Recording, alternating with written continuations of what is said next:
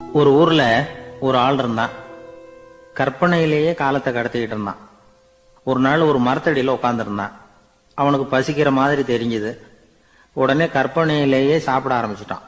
அதாவது எதிரில் இலை போட்டு சாப்பாடு போடப்பட்டிருக்கிறதாகவும் அதை இவன் சாப்பிட்றதாகவும் நினைச்சுக்கிட்டு கையை மட்டும் வாய்க்கும் தரைக்குமா அப்படியும் இப்படியும் கொண்டுகிட்டு போய் பாவனை பண்ணிக்கிட்டே இருக்கிறான். தூரத்துல இருந்து பாக்குறவங்களுக்கு இவன் ஏதோ பலமான விருந்து சாப்பிட்டுட்டு இருக்கிறான் அப்படின்னு தான் தோணும். அது மாதிரியே பண்ணிட்டு இருந்தான். அந்த வழியா ஒரு சன்னியாசி வந்துகிட்டு இருந்தார். இவனை பார்த்தார். என்ன இவன் இப்படி பண்ணிட்டு இருக்கிறானே அப்படின்னு நினைச்சாரு. கொஞ்ச நேரம் அவனையே உத்து பார்த்துக்கிட்டு இருந்தார். இவரை பார்த்ததும் அவன் இன்னமும் சுவாரஸ்யமா சாப்பிட ஆரம்பிச்சுட்டான். அப்பப்பா, என்ன இது, இந்த குழம்பு இவ்வளவு காரமா இருக்கு, என்னுடைய நாக்கே எரிஞ்சு போடும் போல இருக்க அப்படின்னு சொல்லிட்டு பக்கத்துல ஒரு குவளையை எடுத்து தண்ணி குடிக்கிறது மாதிரி பாவனை பண்றான். அப்பாடா, இப்ப கொஞ்சம் பரவாயில்ல அப்படின்னு சொல்லிட்டு குவளையை கீழே வைக்கிறது மாதிரி ஒரு பாவனை பண்றான். சன்னியாசி பார்த்தார். என்னப்பா, சாப்பாட்டுல காரம் அதிகமோ அப்படின்னார். ஆமா சுவாமி, ஞாபகம் மறதியில் கொஞ்சம் மிளகாய் அதிகமா சேர்த்துக்கிட்டேன் அப்படின்னா. சரி சாப்பிடு அப்படின்னு சொல்லிட்டார். அவன் சாப்பிட்டு முடிக்கிற வரைக்கும் பொறுமையா உட்காந்துருந்தார். அவன் அப்பாடா அப்படின்னு சொல்லிட்டு மறுபடியும் தண்ணியை எடுத்து குடிச்சான். எல்லாம் கற்பனையிலேயே. அதுக்கப்புறம் சன்னியாசி பேச ஆரம்பிச்சார். இதை பாருப்பா, உன்னுடைய கற்பனையை நான் மெச்சுறேன். இருந்தாலும் உன் சாப்பாட்டுல ஒரு இனிப்பையும் வச்சிருக்கலாமே, ஏன் மிளகாய அளவுக்கு அதிகமா போட்டுட்டு அவஸ்தைப்படுறேன் அப்படின்னார். அவன் யோசிக்க ஆரம்பிச்சான். அதுக்கப்புறம் இவர் சொன்னார், இதை பாருப்பா, இனிமேல உன்னுடைய கற்பனையும் உயர்ந்ததாக இருக்கட்டும் அப்படின்னு உபதேசம் பண்ணிவிட்டு போனார். எப்பவும் உயர்வை பத்தியே சிந்திக்கணும். உயர்வு கிடைக்கலன்னா கூட அப்படி சிந்திக்கிறத நிறுத்தப்படாது அப்படிங்கிறார் திருவள்ளுவர். உள்ளுவது எல்லாம் உயர் உள்ளல், மற்ற அது தள்ளினும் தள்ளாமை நீர்த்து. ஊக்கம் இல்லாம உலகத்துல வாழ்ந்து பிரயோஜனம் இல்லை. அதனால உயர்வாகவே சிந்திக்கணும். அது நம்மளை ஊக்கப்படுத்தும். இது பெரிய ஒரு வாக்கு. இந்த உலகத்துல கற்பனையிலேயே வாழ்கிற சில கஞ்சர்களும் உண்டு. அதாவது 2 கஞ்சர்கள், 2 பேரும் பக்கத்து பக்கத்து ஊர்ல இருந்தாங்க. பொங்கல் சமயம் ஒரு கஞ்சன் தன்னுடைய மகனை கூப்பிட்டான். இதோ பாருப்பா, பக்கத்து ஊர்ல என்னுடைய நண்பன் ஒருத்தன் இருக்கிறான். அவனுக்கு பொங்கல் பரிசு ஏதாவது கொடுக்கணும். நான் ஒரு 4 ஆட்டுக்குட்டியை தரேன், நீ கொண்டுகிட்டு போய் கொடுத்துட்டு வந்து விடுறியா அப்படின்னு கேட்டான். சரி, நான் புள்ள ஒரு பைய கையில் எடுத்துக்கோன்னா. அவன் எடுத்துக்கிட்டான். இந்த ஆட்டுக்குட்டி பிடிச்சிக்கோ அப்படின்னு சொல்லி ஒவ்வொன்னா போடுறேன் பார் அப்படின்னு சொல்லிட்டு 1 2 3 4 அப்படின்னு எண்ணிக்கிட்டே வெறும் சைகையாலேயே ஆட்டுக்குட்டியை பிடிச்சி போடுறது மாதிரி பாவனை பண்ணிட்டு இருக்கிறான். அவன் பிள்ளையும் அது ரொம்ப அக்கறையா வாங்கிக்கிறது மாதிரி வாங்கிக்கிட்டு அந்த பைய தூக்கிக்கிட்டு அடுத்த ஊருக்கு போறான். இவன் அங்க போய் சேர்ந்த நேரத்துல அந்த கஞ்சன் ஊர்ல இல்ல, எங்கேயோ வெளியில போயிருக்கிறான். அவனோட புள்ள மட்டும்தான் வீட்டுல இருந்தான். இவன் அவன்கிட்ட, இதை பாரு, எங்க அப்பா உங்க அப்பாவுக்கு ஆட்டுக்குட்டி கொடுத்து அனுப்பியிருக்கிறாரு, குடிச்சுக்கோ அப்படின்னு சொல்லி பாவனையிலேயே ஒவ்வொன்னா எடுத்து அவன்கிட்ட கொடுத்துட்டான். அவனும் வாங்கிட்டான் வாங்கறது மாதிரி. அப்புறம் சொன்னான், சரிப்பா, நானும் பதிலுக்கு ஏதாவது ஒண்ணுகிட்ட கொடுக்கணும் இல்லையா, அதனால அந்த பைய புடி, ஒரு 10 எலுமிச்சம்பழம் தரேன், பதிலுக்கு அதை நீ எடுத்துட்டு போ அப்படின்னு சொல்லி கையாலேயே ஒவ்வொன்னா எடுத்து போடுறது மாதிரி பாவனை பண்ணிவிட்டான். அவனும் ரொம்ப நன்றி அப்படின்னு சொல்லிவிட்டு அதை வாங்கிட்டு போயிட்டான். கொஞ்ச நேரம் கழிச்சு வெளியில போயிருந்த அப்பங்காரன் திரும்பி வந்தான். உள்ள சொன்னான், அப்பா, உன்னோட நண்பர் அவருடைய மகன் மூலமா உனக்கு 6 ஆட்டுக்குட்டி கொடுத்து அனுப்பியிருந்தார். நானும் பதிலுக்கு ஒரு 10 எலுமிச்சம்பழம் கொடுத்து அனுப்பியிருக்கிறேன் அப்படின்னா. எப்படிடா கொடுத்தேன்னு கேட்டார் அப்பா. இப்படிதான் கொடுத்தேன்னு சொல்லி சைகையிலேயே காட்டினான். இதை பார்த்ததும் அப்பங்காரனுக்கு பயங்கரமா கோபம் வந்துட்டுது. பலார்னு அரைஞ்சுட்டான் பையனு. ஏன்பா அரைஞ்ச, 10 எலுமிச்சம்பழம் கொடுத்துட்டேனே அப்படிங்கிறதுக்காகவா அப்படின்னு கேட்டான். அது கூட பரவாயில்ல, நீ காட்டுற சைகையை பார்த்தா ஆரஞ்சு பழம் சைஸுக்கு இருக்குதே, அவ்வளவு பெருசா ஏன் கொடுத்த, அதுதான் எனக்கு கோபம் அப்படின்னா.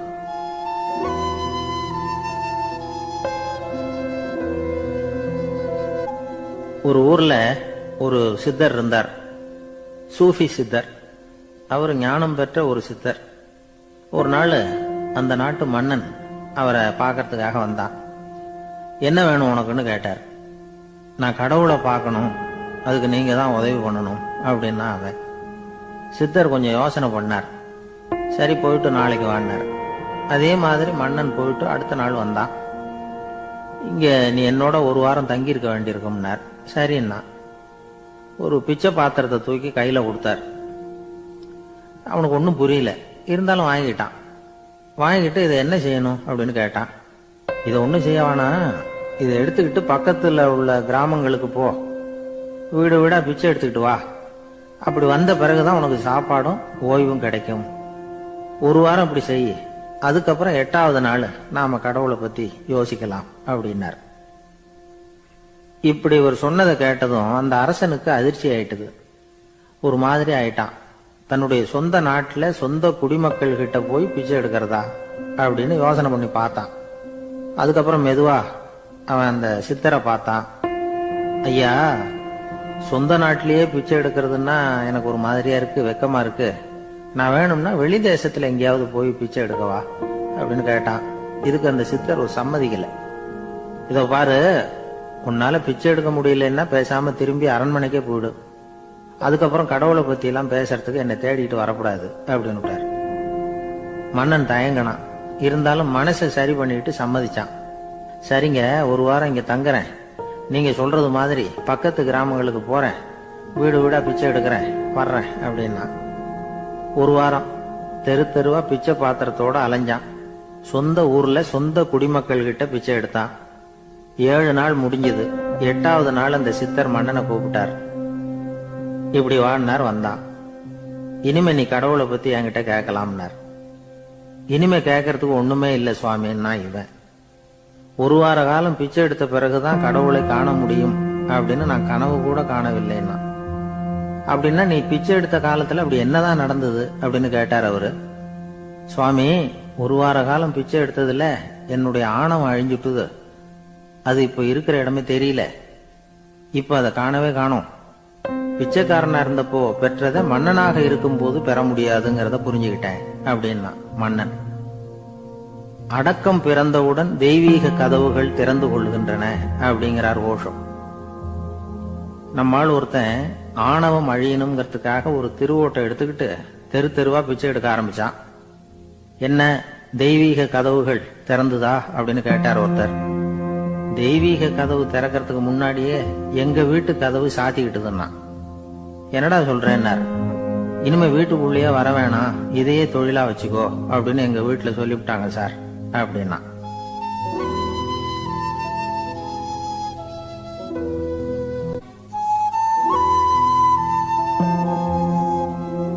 ஒரு பள்ளிக்கூடம் வகுப்பு நடந்துகிட்டு இருக்கு. ஆசிரியர் பாடம் நடத்திக்கிட்டு இருக்கிறார். நடத்தி முடிச்ச உடனே கேட்டார், மாணவர்களே, இதுவரைக்கும் நான் நடத்தின பாடத்துல உங்களுக்கு ஏதாவது சந்தேகம் இருக்கா அப்படின்னு கேட்டார். அப்புறம் ஒவ்வொருத்தரா கேட்டார். ஒரு மாணவன் எழுந்திருச்சான். சார், எனக்கு சந்தேகம் எதுவுமே இல்லைன்னா. ஏன்னு கேட்டார்.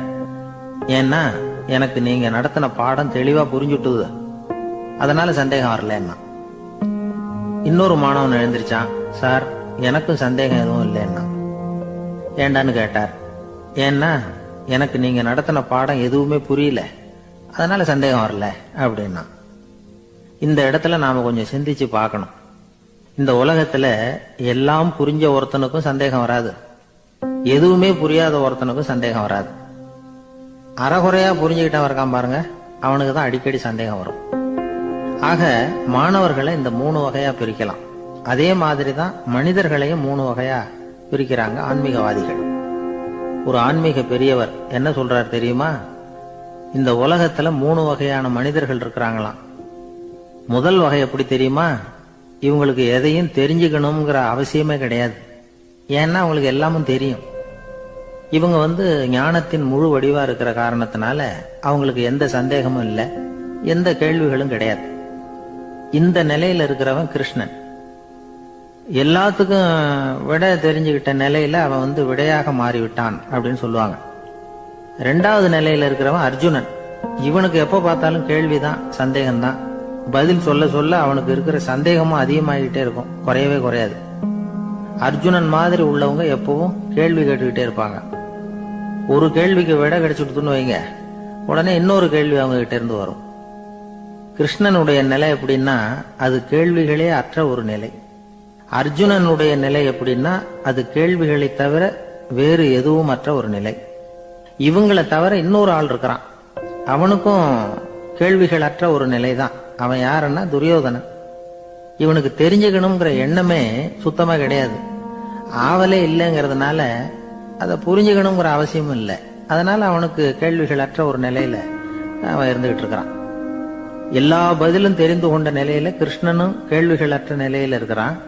தெரிஞ்சுக்கணுங்கிற ஆவலே இல்லாத துரியோதனனும் கேள்விகளற்ற நிலையிலே இருக்கிறான். இப்படியும் இல்லாம அப்படியும் இல்லாம ரெண்டும் கெட்டான் நிலையில இருக்கிறானே, அவன் தான் அர்ஜுனன். அதனால பெரியவங்கள்லாம் என்ன சொல்றாங்கன்னா, இந்த உலகத்துல அர்ஜுனன்களா இருக்கிறவங்க ஒண்ணு துரியோதனனா மாறிடணும், இல்லைன்னா கிருஷ்ணனா மாறிடணும். இதை தவிர வேற வாய்ப்பு இல்லை. துரியோதனன் மாதிரி உள்ளது விலங்கு நிலை, கிருஷ்ணன் மாதிரி உள்ளது தெய்வ நிலை. அர்ஜுனன் விலங்காவும் ஆக முடியல, தெய்வமாவும் ஆக முடியல. இப்படி ரெண்டும் கெட்டானா இருக்கிற வரைக்கும் இந்த கேள்விகளும் பிரச்சனைகளும் இருந்துகிட்டே தான் இருக்கும். இதுதான் பெரியவர்கள் சொல்லுகிற அனுபவ உண்மை. ஒரு ஆசிரியர் ரொம்பவும் விரிவா விளக்கமா பாடம் நடத்தின பிறகு, மாணவர்களே ஏதாவது சந்தேகம் இருந்தா கேளுங்கன்னாராம். ஒரு மாணவன் எழுந்திருச்சான். சார், எனக்கு ஒரு சந்தேகம்னா. என்னன்னு கேட்டார். இது வரைக்கும் என்ன பாடம் சார் நடத்துனீங்க அப்படின்னா அந்த பையன்.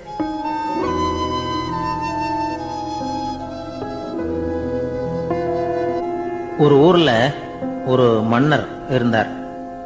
ஒரு நாள் அவருடைய அரசவைக்கு ஒரு ஓவியன் வந்தான். அவன் சீனா தேசத்திலிருந்து வந்தவன், தாவோ சிந்தனையாளன். அவன் அங்க மன்னர் முன்னாடி நிக்கிறான். யாரும் செய்ய முடியாத ஒரு காரியத்தை என்னால செய்ய முடியும்னா. இவன் இப்படி சொன்னதை கேட்டதும் ஏற்கனவே அங்க இருந்த அரசவை ஓவியன் ஒருத்தனுக்கு கோபம் வந்துட்டுது. இதோ பாரு, இப்படி எல்லாம் பேசக்கூடாது, நான் வேணும்னா உன்னுடைய சவாலை ஏத்துக்கிறேன் அப்படின்னா. நாம 2 பேரும் ஓவியம் தீட்டுவோம், அதை பார்த்துட்டு நம்ம 2 பேர்ல யாரு சிறந்த ஓவியன் அப்படிங்கறத மன்னரே தீர்மானம் செய்யட்டும், என்ன சொல்ற அப்படின்னு கேட்டான் அவன். அவனும் சரின்னு ஒத்துக்கிட்டான். போட்டி ஆரம்பமாச்சு. அரசர் அவங்களுக்கு 2 சுவர்களை ஒதுக்கி கொடுத்தார். 6 மாச காலம் அவகாசம் கொடுத்தார். 2 ஓவியர்களும் அவங்க வேலையை ஆரம்பிச்சாங்க. இரவு பகலா வேலை செய்ய ஆரம்பிச்சுட்டாங்க. 6 மாசம் முடிஞ்சது. அரசர் பார்த்தார். முதல்ல தன்னுடைய அரசவை ஓவியர் தீட்டி இருந்த ஓவியத்தை பார்த்தார். ரொம்ப பிரமாதமா இருந்தது, பாராட்டினார். இதோ பாரு, உன்னுடைய ஓவியம் அற்புதமா இருக்கு, உயிரோட்டம் உள்ளதா இருக்குது, கலையின் உச்சமே இதுதான், இதை விட சிறந்த ஒரு ஓவியத்தை வேற யாராலையும் படைக்க முடியாது அப்படின்னார். அதுக்கப்புறம் அந்த சீன ஓவியன் கிட்ட போனார். எங்க உன்னுடைய ஓவியம்னு கேட்டார். திரைச்சீலைய விலக்கி விட்டு பாருங்கன்னா. மன்னர் அந்த திரைச்சீலைய விளக்குனார். உள்ள ஓவியம் இருக்க வேண்டிய இடம் கண்ணாடி மாதிரி தெரிஞ்சுது. அவன் அந்த 6 மாச காலமா அந்த சுவரை தேய்ச்சி தேய்ச்சி கண்ணாடி மாதிரி ஆக்கி வச்சிருக்கிறான். அதுக்கு நேரா எதிர் சுவர்ல அரசவை ஓவியன் தீட்டின ஓவியம் இருக்கு. அது எதிரில் இருந்த இந்த கண்ணாடியில பட்டு பிரதிபலிக்குது. மன்னர் யோசனை பண்ண ஆரம்பிச்சார். அப்புறம் அந்த சீன ஓவியனை பார்த்து கேட்டார். இதோ பாரு, நீ என்னுடைய ஆளை தோற்கடிச்சுட்ட அப்படிங்கறதுல சந்தேகம் இல்ல, ஆனாலும் எங்களை ஏமாத்தி இருக்கிற, எந்த ஓவியமும் நீ வரையிலையே அப்படின்னார். அரசே, இதுதான் உண்மையான ஓவியம், உயிருள்ள ஓவியம். இது மனோபாவங்களை பிரதிபலிக்கும், மாறுகின்ற காலங்களை அப்படியே காட்டும் அப்படின்னா அந்த சீன ஓவியன்.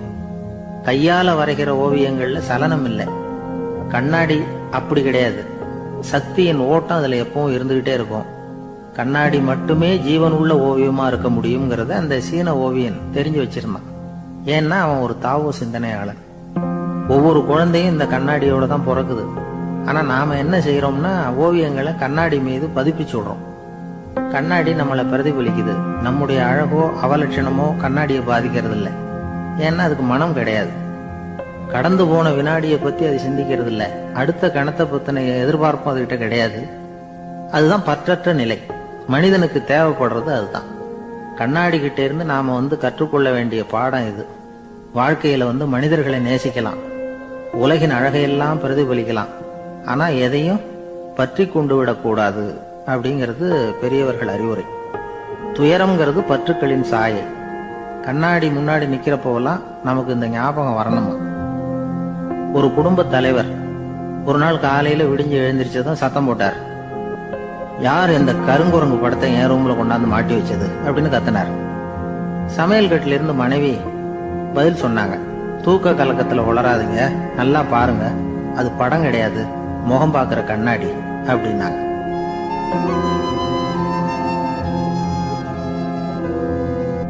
ஒரு ஆளு வேகமா நடந்து போயிட்டு இருந்தான். அவன் வேகமா நடக்கிறதுக்கு காரணம் வெயில் காலம், காலில் செருப்பு இல்லை, மணல் பாதை, அதுதான் வேகம். காலில் செருப்பும் இல்லாம கையில கொடையும் இல்லாம அந்த ஆளு வெயில்ல நடந்து போய்கிட்டு இருக்கிறான். அந்த சமயத்துல இன்னொருத்தன் குதிரை மேல ஏறி அந்த வழியா வந்துகிட்டு இருக்கிறான். அவன் காலில் செருப்பும் இருந்தது, கையில கொடையும் இருந்தது. நடந்து போய்கிட்டு இருந்தவன் அந்த குதிரை ஆசாமியை பார்த்து கேட்டான், ஐயா, நீங்களும் குதிரை மேல உட்காந்துக்கிட்டு போய்கிட்டு இருக்கிறீங்க, அப்படி இருக்கிறப்போ உங்களுக்கு அந்த செருப்பு என்னத்துக்கு, அதை எனக்கு கொடுத்து உதவலாமே அப்படின்னா. குதிரை மேல உட்காந்துருந்தவன் யோசனை பண்ணி பார்த்தான். இவன் சொல்றது நியாயம்தானே அப்படின்னு சொல்லி தன்னுடைய செருப்பை கழட்டி அந்த வழிபோக்கனுக்கு கொடுத்துட்டான். ரொம்ப நல்லதுங்க அப்படின்னு சொல்லி இவன் அதை வாங்கி காலில் மாட்டிக்கிட்டான். அதுக்கப்புறம் மறுபடியும் இவன் ஆரம்பிச்சான், ஐயா, நீங்க குதிரையில போறதுனால போக வேண்டிய இடத்துக்கு வேகமா போய் சேர்ந்துருவீங்க, அதனால உங்க கையில அந்த கொடை என்னத்துக்கு, நான் நடந்து போயிட்டு இருக்கிறவன் ரொம்ப நேரம் நடக்க வேண்டியிருக்கும் இந்த வெயில்ல, அதனால அந்த கொடையையும் எனக்கு கொடுங்களேன் அப்படின்னா. குதிரை வீரன் யோசனை பண்ணி பார்த்தான், இதுவும் நியாயம்தானே அப்படின்னு அவனுக்கு தோணுச்சு. உடனே இறக்கப்பட்டு தன் காலில் இருந்த செருப்பை கொடுத்தது மாதிரியே தன் கையில் இருந்த கொடையையும் இவங்கிட்ட கொடுத்துட்டான். அதுக்கப்புறம் அவன் நிம்மதியா புறப்பட்டான். இப்ப மறுபடியும் கை தட்டி அவனை நிறுத்தினான். கீழே நின்றுட்டு இருந்தவன், என்னப்பா ஏன் என்ன நிறுத்தின, இன்னும் ஏதாவது வேணுமா உனக்கு அப்படின்னா குதிரையில இருந்தவன். இவன் மெதுவா வாயை திறந்து அந்த குதிரையையும் என்கிட்ட கொடுத்துருங்களேன்னா. அந்த குதிரை வீரன் இப்போ ஒரு கணம் யோசனை பண்ணி பார்த்தான். உடனே என்ன பண்ணான் தெரியுமா, தன்கிட்ட இருந்த குதிரை சவுக்கை எடுத்தான். குதிரை சவுக்கால அந்த ஆளை வாங்குவாங்கன்னு வீசி தள்ளிவிட்டான். இவ்வளவு சவுக்கடியும் வாங்கிட்டு இந்த ஆள் என்ன பண்ணான் தெரியுமா, சிரிக்கிறான். அடி வாங்கிட்டு யாராவது சிரிப்பாங்களா? குதிரை வீரனுக்கு ஒன்றும் புரியல. என்னப்பா அது, ஏன் இப்படி அடி வாங்கிட்டு இப்படி சிரிக்கிறியே அப்படின்னு கேட்டான். இப்ப அந்த வழிபோக்கன் சொல்றான், ஐயா, நான் இப்படி சிரிக்கிறதுக்கு காரணம் இருக்கு. இப்படி குதிரை கேட்டு உங்ககிட்ட அடி வாங்கலைன்னு வச்சுக்கோங்க, என் உயிர் உள்ள வரைக்கும் மனசுல ஒரு தவிப்பு இருந்துகிட்டே இருக்கும். செருப்பையும் கொடையையும் கேட்ட உடனே கொடுத்தவன் குதிரையையும் கேட்டிருந்தா கொடுத்துருப்பானோ அப்படிங்கிற பேராசையில ஏங்கிக்கிட்டே இருந்திருப்பேன். இப்போ உங்ககிட்ட அடி வாங்கின பிறகு என்னுடைய அந்த சந்தேகம் தீர்ந்து போச்சு. என்னுடைய ஆசைக்கு எல்லை எது அப்படிங்கறத எனக்கு புரிஞ்சுட்டுது அப்படின்னு சொல்லிவிட்டு அவன் நடக்க ஆரம்பிச்சுட்டானான். ஆசைக்கும் எல்லை உண்டு அப்படிங்கிறத விளக்கறதுக்காக வாரியார் சுவாமிகள் சொல்ற கதை இது. இந்த காலத்திலயும் ஒருத்தன் அது மாதிரி கொடை செருப்போட குதிரையில போய்கிட்டு இருந்தான். எதிரில் நடந்து வந்தவன், ஐயா, உங்க கொடையை எனக்கு கொடுங்களேன்னு கேட்டான். உடனே அவன் குதிரையிலிருந்து கீழே குதிச்சு அவனை சாட்டையால் அடிக்க ஆரம்பிச்சுட்டான். இன்னொருத்தர் அந்த வழியா வந்தவர் இதை பார்த்தாரு. ஏன்பா, அவன் கேட்டான், உன்னால முடியல என்ன, இல்லைன்னு சொல்லிட வேண்டியது தானே, அதுக்காக ஏன் இப்படி அவனை போட்டு அடிக்கிறேன்னு கேட்டார்.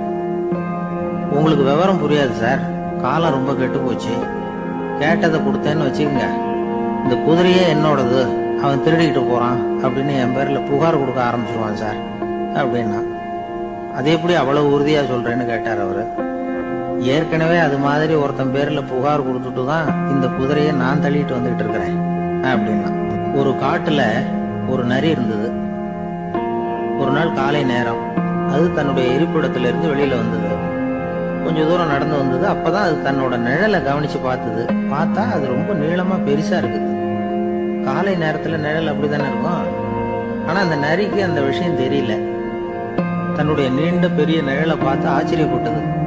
ஆஹா, நாம இவ்வளவு பெருசாவா இருக்கிறோம் அப்படின்னா என்னுடைய காலை சாப்பாட்டுக்கு ஒரு யானை இல்லைன்னா ஒரு ஒட்டகம் கிடைச்சாதான் சரியா இருக்கும் போல இருக்கு அப்படின்னு முடிவு பண்ணிட்டு உடனே ஒரு யானை அல்லது ஒட்டகத்தை தேடி அலைஞ்சது. எங்க கிடைக்கும்னு கிடைக்கவே இல்லை. மத்தியானம் 12 மணி ஆயிட்டுது. பசியோட அலையுது. இப்ப தன்னோட நிழலை பார்த்தது. அது மத்தியான நிழல் எப்படி இருக்கும், அது ரொம்பவும் குறுகி போய் தெரிஞ்சது. உடனே அந்த நரி என்ன நினைச்சுக்கிட்டு தான் தெரியுமா, காலை ஆகாரம் சாப்பிடாததுனால நம்ம உடம்பு இப்படி அழைச்சு போட்டுதே அப்படின்னு நினைச்சுக்கிட்டு தான். கொஞ்ச நேரம் கழிச்சு மறுபடியும் தன்னுடைய நிழலை பார்க்குது. அது இன்னமும் குறுகி போய் காலடியிலேயே வந்துட்டுது. அதுக்கு பயமா போயிடுது. ஐயோ, இன்னும் கொஞ்ச நேரத்துல நாம இறந்துருவோம் போல இருக்க, இப்ப என்ன செய்யறது? இந்த சமயத்துல ஒரு எறும்பு கிடைச்சா கூட போதும், அதை நம்ம காலை ஆகாரமா நினைச்சு சாப்பிட்டுள்ளாமே அப்படின்னு நினைச்சுதான். நம்முடைய நிழல் கூட நம்மள மாதிரியே தான் அடிக்கடி மாறிக்கிட்டே தான் இருக்குது. அது எப்பவும் ஒரே மாதிரி இருக்கிறது இல்ல. மனிதனுக்கு ஏற்படுகிற தன்முனைப்பு இருக்கு பாருங்க, ஈகோ, அது கூட ஒரு நிழல் மாதிரி தானா. அப்படி நினைக்க ஆரம்பிச்சுட்டா அதனால ஏதும் பிரச்சனை வராதான். தன்முனைப்பை நிழல் போலவே ஏற்றுக்கொள்ளுங்கள் அப்படிங்கிறது பெரியவங்க கருத்து. ஒரு காரியத்தை வெற்றிகரமா நல்ல விதமா செஞ்சு முடிக்கிறோம்னு வச்சுக்கோங்க, அந்த சமயத்துல ஒரு வித நுட்பமான தற்பெருமை நமக்குள்ள உண்டாகுது. இது இயற்கையானது, அதனால இது மேல பற்று வைக்கக்கூடாது. அப்படி வைக்க ஆரம்பிச்சுட்டா அந்த தற்பெருமை ஒரு நிரந்தர விருந்தாளியா நம்ம கிட்ட தங்கிக்கும். நம்ம நிழல் எப்படின்னு பாருங்க, நாம நடக்கும் பொழுது நம்ம பின்னாடியே வரும். தன்முனைப்பையும் அப்படியே நினைச்சுக்குங்க. நிழல் யாருக்கும் எந்த பிரச்சனையையும் உண்டாக்குறது இல்லை. ஆனா அந்த நிழலை கண்டே நாம பயப்பட ஆரம்பிச்சுட்டா நாம எதுலயும் வெற்றி காண முடியாது. நிழலோட சண்டை போடக்கூடாது. அது மாதிரி தன்முனைப்போடவும் நாம சண்டை போட வேண்டியதில்லை. இல்லாத ஒன்றோடு சண்டை போடுறது எப்படின்னா, அது இருட்டோட சண்டை போடுறது மாதிரி. நாம நிழல் கிடையாது, நம்ம கிட்ட இருக்கிற தன்முனைப்பு ஒரு நிழல். நம்ம நிழலையும் நமக்கு சமமா பாக்குறோம் பாருங்க, அங்கதான் சிக்கலே ஆரம்பம். இப்போ நாம நடந்து போய்கிட்டு இருக்கிறோம், நம்ம நிழல் தரையில விழுது. யாரோ ஒருத்தர் நம்ம நிழல் மேல காலை வச்சு நடந்து போறார். உடனே அவர்கிட்ட சண்டைக்கா போறோம், ஏண்டா என் நிழலை மிதிச்ச அப்படின்னு. நமக்கு தெரியும் அது நிழல் தாங்கிறது. அவர் உங்க மேல நடக்கல, உங்களுடைய நிழல் மேலதான் நடக்கிறார். அது மாதிரி உங்க தன்முனைப்பின் மேல யாராவது நடந்தா உங்களை அவமானப்படுத்துறதா நினைக்கிறீங்க. காரணம், நாமளும் நம்ம தன்முனைப்பும் ஒண்ணுங்கிற நினைப்பு தான் காரணம். மற்றபடி வேற ஒண்ணும் கிடையாது. நம்ம நிழல் மேல நடக்கிறவர் நம்மளை காயப்படுத்துறது இல்ல. தன்முனைப்பை வேண்டாத ஒன்னாவும் பார்க்க வேண்டியதில்லை. அது இயற்கை. நிழலை உங்க முன்னாடி வைக்க வேணாம், அது உங்க பின்னாடியே இருக்கட்டும். நிழலின் நிழலாகி விடாதீர்கள், நீங்கள் நீங்களாகவே இருங்கள். இதுதான் சான்றோர் சிந்தனை. ஒரு பேருந்துல ஒரே நெரிசல். ஒருத்தர் பக்கத்துல நின்றுகிட்டு இருந்தவர்கிட்ட ரொம்ப பணிவா விசாரிச்சார், ஏன் சார் நீங்க ஏதாவது பெரிய உத்தியோகத்துல இருக்கிறீங்களா அப்படின்னார். அப்படிலாம் ஒண்ணும் இல்லைங்கன்னார் அவரு. அப்படின்னா வேற ஏதாவது அரசியல்ல பெரிய பதவியில் இருக்கிறீங்களா அப்படின்னு கேட்டார். அதுவும் இல்லைங்கன்னார். சரி, பணமாவது அதிகமா வச்சிருக்கீங்களா அப்படின்னு கேட்டார். அப்படிலாம் ஒண்ணும் கிடையாது சார்னார் அவரு. அப்புறம் எதுக்குடா என் காலை மிதிச்சுக்கிட்டு இருக்கிற, எடுறா காலை அப்படின்னாராம் இவர். ஒரு ரயில் வேகமா போயிட்டு இருக்கு. அது ஒரு ரயில்வே ஸ்டேஷன்ல கொஞ்ச நேரம் நின்னுது. அப்போ அதுல ஒரு ஆள் ஏறினார். தலையில ஒரு மூட்டையை வச்சிருந்தார். மூட்டையை தலையில சுமந்துகிட்டே உள்ள வந்தாரு. மூட்டையை தலையில சுமந்துகிட்டே ஒரு இடத்துல உட்கார்ந்தார். ரயில் மறுபடியும் புறப்பட்டது. இவர் தன் தலையில இருந்த மூட்டைய கீழே இறக்கி வைக்கணும்ல, வைக்கல, சுமந்துகிட்டே வர்றார். எதிரில் உட்கார்ந்துருந்தவர் கேட்டார், ஏங்க ஏன் இப்படியே உட்கார்ந்து இருக்கிறீங்க தலையில மூட்டையை வச்சுக்கிட்டு, மூட்டையை கீழே இறக்கி வைக்கலாமே அப்படின்னார். வேணாங்க, பாவம், தலையில இருக்கிற மூட்டையை இறக்கி ரயில்ல வச்சா ரயிலுக்கு பாரம் அதிகமா இருக்கும் அப்படின்னார் அவரு. இப்படி ஒரு ஆளை பார்த்தா நமக்கு சிரிப்பு தான் வரும். ஏன்னா ரயில்ங்கிறது அந்த மூட்டையையும் சேர்த்து சுமந்துக்கிட்டு தான் போகுது. அவன் அந்த மூட்டையை தலையில வச்சிருந்தாலும் ஒண்ணுதான், தரையில வச்சிருந்தாலும் ஒண்ணுதான். அதனால ரயிலுக்கு எந்த மாற்றமும் ஏற்பட போறதில்லை. அதே மாதிரிதான் நம்ம மனமும். இதுவும் ஒரு தேவையில்லாத சுமை, அனாவசியமா சுமந்துகிட்டு இருக்கிறோம். இத கீழே இறக்கி வச்சுட்டா வாழ்க்கை பிரயாணம் சுகமா இருக்கும். ரயில் பிரயாணம் பண்ற அந்த ஆள் மூட்டையை சுமக்கிறான், வாழ்க்கை பிரயாணம் பண்ற நாம மனசை சுமக்கிறோம். இது ரெண்டுக்கும் எந்த வித்தியாசமும் இல்லை. மனசை கீழே இறக்கி வச்சுட்டா பாரம் இல்லாமல் வாழலாம், பறவைகள் மாதிரி பறக்கலாம், குழந்தைகள் மாதிரி கள்ளங்கபடம் இல்லாம வாழலாம். இந்த வெளி உலகத்துல நாம நிலை பெற்று இருக்கணும், வேரூன்றி இருக்கணும். அதே சமயம் நம்முடைய உள்வெளியில ஆன்மீக வாழ்க்கையில பாரம் இல்லாம இருக்கணும். அப்போ பறக்கணும், நதியை போல ஓடணும், மிதக்கணும். பயணம் சுகமா இருக்கும், களைப்பு தெரியாது, கவலை தெரியாது. ஒரு சீடன் போதி தர்மரை நாடி வந்தான். குருவே, நீங்கள் என்ன வெறுமையாக இருக்க சொன்னீங்க, நான் இப்ப மறுபடியும் வெறுமையானவன் ஆகிட்டேன், அதனால இப்ப என்ன செய்ய சொல்றீங்க என்ன அப்படின்னு சொல்லி நின்னான். உடனே அந்த குரு பக்கத்துல இருந்த ஒரு குச்சியை எடுத்து அவன் தலையில அடிச்சு, போய் அந்த வெற்றுத்தன்மையையும் வீசி எறிந்து விட்டு வா அப்படின்னார். நான் இப்போ காலியா இருக்கிறேன்னு ஒருத்தன் சொல்றான்னு வச்சுங்க, அது உண்மை இல்லை. ஏன்னா இன்னமும் அதுல நான்கிற எண்ணம் இருக்குது. எந்த சிந்தனையும் இல்லாம இருக்கிறது கடினம்தான். ஆனாலும் மனிதன் அதுல உள்ள நுட்பத்தை புரிஞ்சுக்கிட்டான்னா இவ்வளவு தூரம் தூக்கி சுமந்துக்கிட்டு வந்த அந்த மனதின் முட்டாள்தனத்தை அவனே பார்த்துட்டு சிரிப்பான். இதுதான் பெரியவங்க சொல்லியிருக்கிற ஆலோசனை. நம்மால் ஒருத்தன் தலையில ஒரு பெரிய மூங்கில் கூடையோட ரயில்ல உட்கார்ந்தான். கூடை தலையில இருந்தது, கீழே இறக்கி வைக்கல. எதிரில் இருந்தவர் கேட்டார், ஏங்க எதுக்காக அதை அனாவசியமா சுமந்துகிட்டே இருக்கீங்க, கீழே இறக்கி வைங்களேன்னார். இல்லைங்க, நான் வீட்டை விட்டு புறப்படும் பொழுதே என் பையன் சொல்லிவிட்டான் கூடைய தலையை விட்டு இறக்கப்படாதுன்னு அப்படின்னார். அவன் சின்ன பையன், விவரம் இல்லாம சொல்லியிருப்பான். இப்ப என்ன நேர்ல வந்தா பாத்துக்கிட்டு இருக்கிறான், நீங்க இறக்கி வைங்கன்னார் அவர். அவன் நேர்ல பாத்துக்கிட்டு இல்ல, இருந்தாலும் நான் இந்த கூடையை கீழே இறக்கி வச்சா அது அவனுக்கு தெரிஞ்சிரும் அப்படின்னாரு இவர். அது எப்படின்னாரு அவர். அவன் தனக்கு டிக்கெட் வாங்க வேணாம்னு சொல்லி இப்ப இந்த கூடைக்குள்ளதான் உட்கார்ந்துருக்கிறான் அப்படின்னார் இவர். ஒரு ஊர்ல ஒரு மன்னர் இருந்தார். அழகான அரண்மனையில அவர் இருந்தார். அந்த அரண்மனையை விட அழகா ஒரு மாளிகைய அந்த ஊர்லயே வேற ஒருத்தன் கட்டியிருந்தான். அப்படி கட்டி முடிச்சதுல அவனுக்கு ரொம்ப பெருமை. எத்தனையோ செல்வந்தர்கள்லாம் பார்த்துட்டு, இந்த மாளிகையை விலைக்கு கொடுத்துடுறியா, எவ்வளவு விலை சொன்னாலும் சரி நாங்க வாங்கிக்கிறதுக்கு தயாரா இருக்கோம் அப்படின்னு சொல்லி கேட்டு பார்த்துட்டாங்க. நான் இதை விற்கிறதுக்கு தயாரா இல்ல அப்படின்னு சொல்லிவிட்டான். அவ்வளவு சிறப்பா கலை அம்சத்தோடு அதை கட்டி முடிச்சிருக்கிறான். அதுவே ஒரு பெரிய அரண்மனை மாதிரி இருந்ததுன்னா பாத்துங்களேன். சுற்றிலும் அழகான பூந்தோட்டம். ஒரு நாள் அவன் எங்கேயோ வெளியூர் போயிட்டு திரும்பி வந்துகிட்டு இருக்கிறான். அப்போ அந்த மாளிகை தீப்பெட்டி எரிஞ்சுக்கிட்டு இருக்கு. பதறி போட்டான். விலைக்கு கேட்டவங்க யாராவது இதை செஞ்சிருக்கணும், இல்லைன்னா மன்னரே செய்த சதியே என்னவோ, இப்படிலாம் அவனுக்கு சந்தேகம். ஒரு மூலையில உட்காந்து அழ ஆரம்பிச்சுட்டான். அந்த சமயத்துல அவனுடைய மகன் அங்க ஓடி வந்தான். அப்பா அழாதீங்க, இதை நான் நேத்து ராத்திரியே நம்ம ஊர் மன்னருக்கு வித்துட்டேன். இதை கட்டி முடிக்க நமக்கு எவ்வளவு செலவாச்சோ அதை போல 3 மடங்கு விலைக்கு வித்துட்டேன், கவலைப்படாதீங்க. இதை விட அழகான மாளிகையை நாம புதுசா கட்டிக்கலாம்னா. இதை கேட்டதும் அழுதுகிட்டு இருந்தவன் அழுகையை நிறுத்தினான், சிரிக்க ஆரம்பிச்சுட்டான். இதே இடத்த நான் மன்னர்கிட்ட இருந்து விலைக்கு வாங்குவேன், இதை விட அழகான மாளிகைய கட்டுவேன் அப்படின்னு சுத்தி நின்ன எல்லார்கிட்டையும் சொல்லிட்டு இருந்தான். இந்த சமயத்துல அவனோட இளைய மகன் ஓடி வந்தான். அப்பா, அண்ணன் சொன்னதெல்லாம் சரிதான், மன்னர்கிட்ட விலை பேசினதெல்லாம் உண்மைதான். ஆனா வித்தது பேச்சு அளவுல தான். இனிமேதான் பத்திரம் வாங்கணும், எழுதணும், நீங்க கையெழுத்து போடணும், பதிவு பண்ணணும், மன்னர்கிட்ட பணம் வாங்கணும். அதுக்காகத்தான் உங்களை எதிர்பார்த்துக்கிட்டு இருந்தோம். அதுக்குள்ள இப்படி ஆயிட்டுதுன்னா. இப்ப சிரிச்சுக்கிட்டு இருந்தவன் சிரிப்பை நிறுத்தினான்.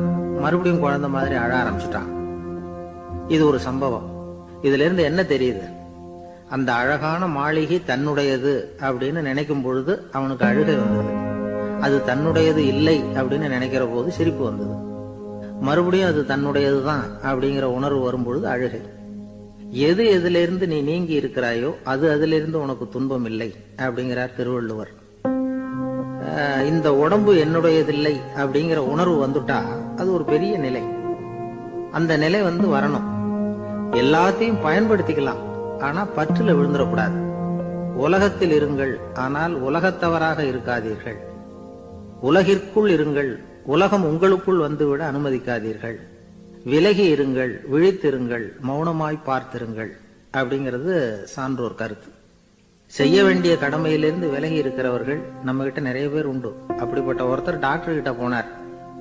டாக்டர், நான் ஒரு கவர்மெண்ட் ஆபீஸ்ல வேலை பார்க்கிறேன், எனக்கு ஒரே அசதியா இருக்கு, என்னை சோதிச்சு பாருங்க, ஆலோசனை சொல்லுங்க ஏதாவதுன்னார்.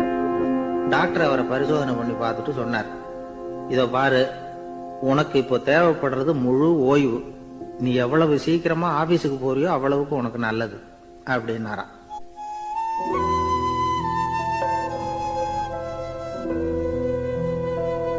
எனக்கு தெரிஞ்ச ஒருத்தர் இருக்கார். அவரு ஒரு பெரிய காவல்துறை அதிகாரி, ரொம்ப கண்டிப்பானவர். அவரை கண்டாவே எல்லாரும் பயப்படுவாங்க. அப்படிப்பட்டவர் வீட்டுக்கு போனா அப்படியே அடியோட மாறிடுவார். அங்க போய் பாத்தீங்கன்னா குழந்தைகளோட குழந்தையா அவர் விளையாடிட்டு இருப்பார்.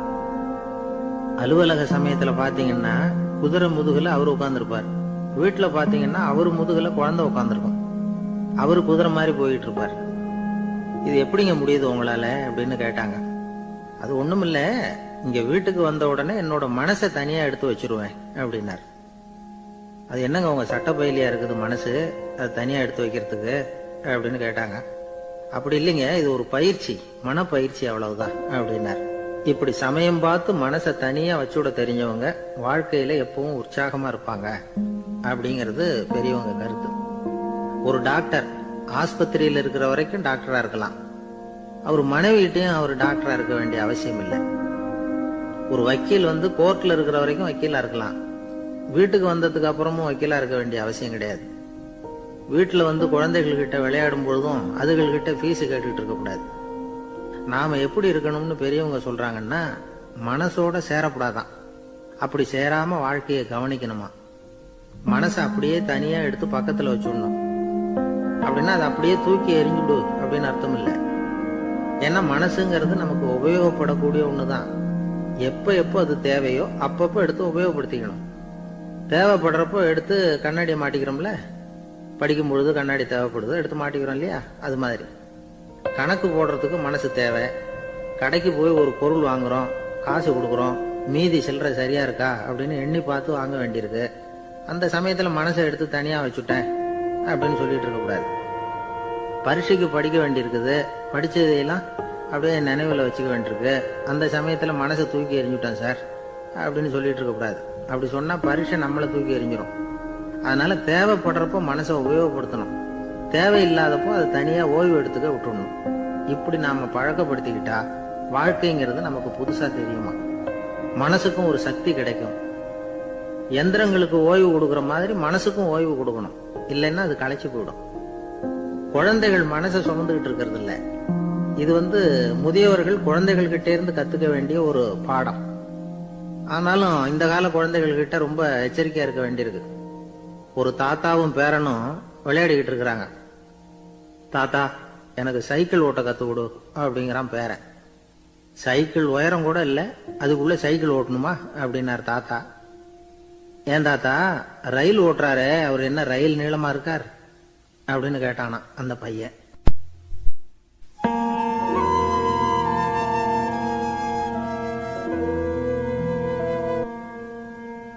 ஒரு நல்ல நகைச்சுவை எப்படி இருக்கணும், இதுக்கு ஒவ்வொருத்தர் ஒவ்வொரு மாதிரியான விளக்கத்தை கொடுத்திருக்கிறாங்க. ஆனா கலைவாணர் NS கிருஷ்ணன் கொடுக்கிற விளக்கம் என்ன தெரியுமா? நகைச்சுவைங்கிறது அடுத்தவங்களுக்கு துன்பம் கொடுக்காம இருக்கணும், அடுத்தவங்க மனசை புண்படுத்தக்கூடாது, அதுதான் சிறந்த நகைச்சுவை அப்படிங்கிறார். அதுக்கு அவர் உதாரணமும் கொடுக்கிறார். ஒரு ஏரி ஓரமா 2 பசங்க நடந்து போயிட்டு இருக்கிறாங்க.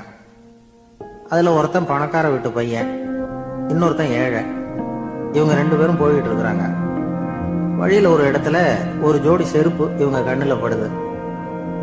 ஒரு விவசாயி அந்த செருப்பை அங்க விட்டுட்டு பக்கத்துல இருந்த ஏரியில கை காலை கழுவிட்டு இருக்கிறார். உடனே அந்த பணக்கார பையனுக்கு ஒரு ஐடியா.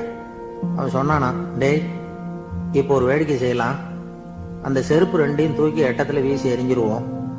அந்த ஆளு பார்த்துட்டு செருப்பை தேடி அல்லாடுவான், அங்கேயும் இங்கேயும் ஓடுவான், திரு திருன்னு முழிப்பான்.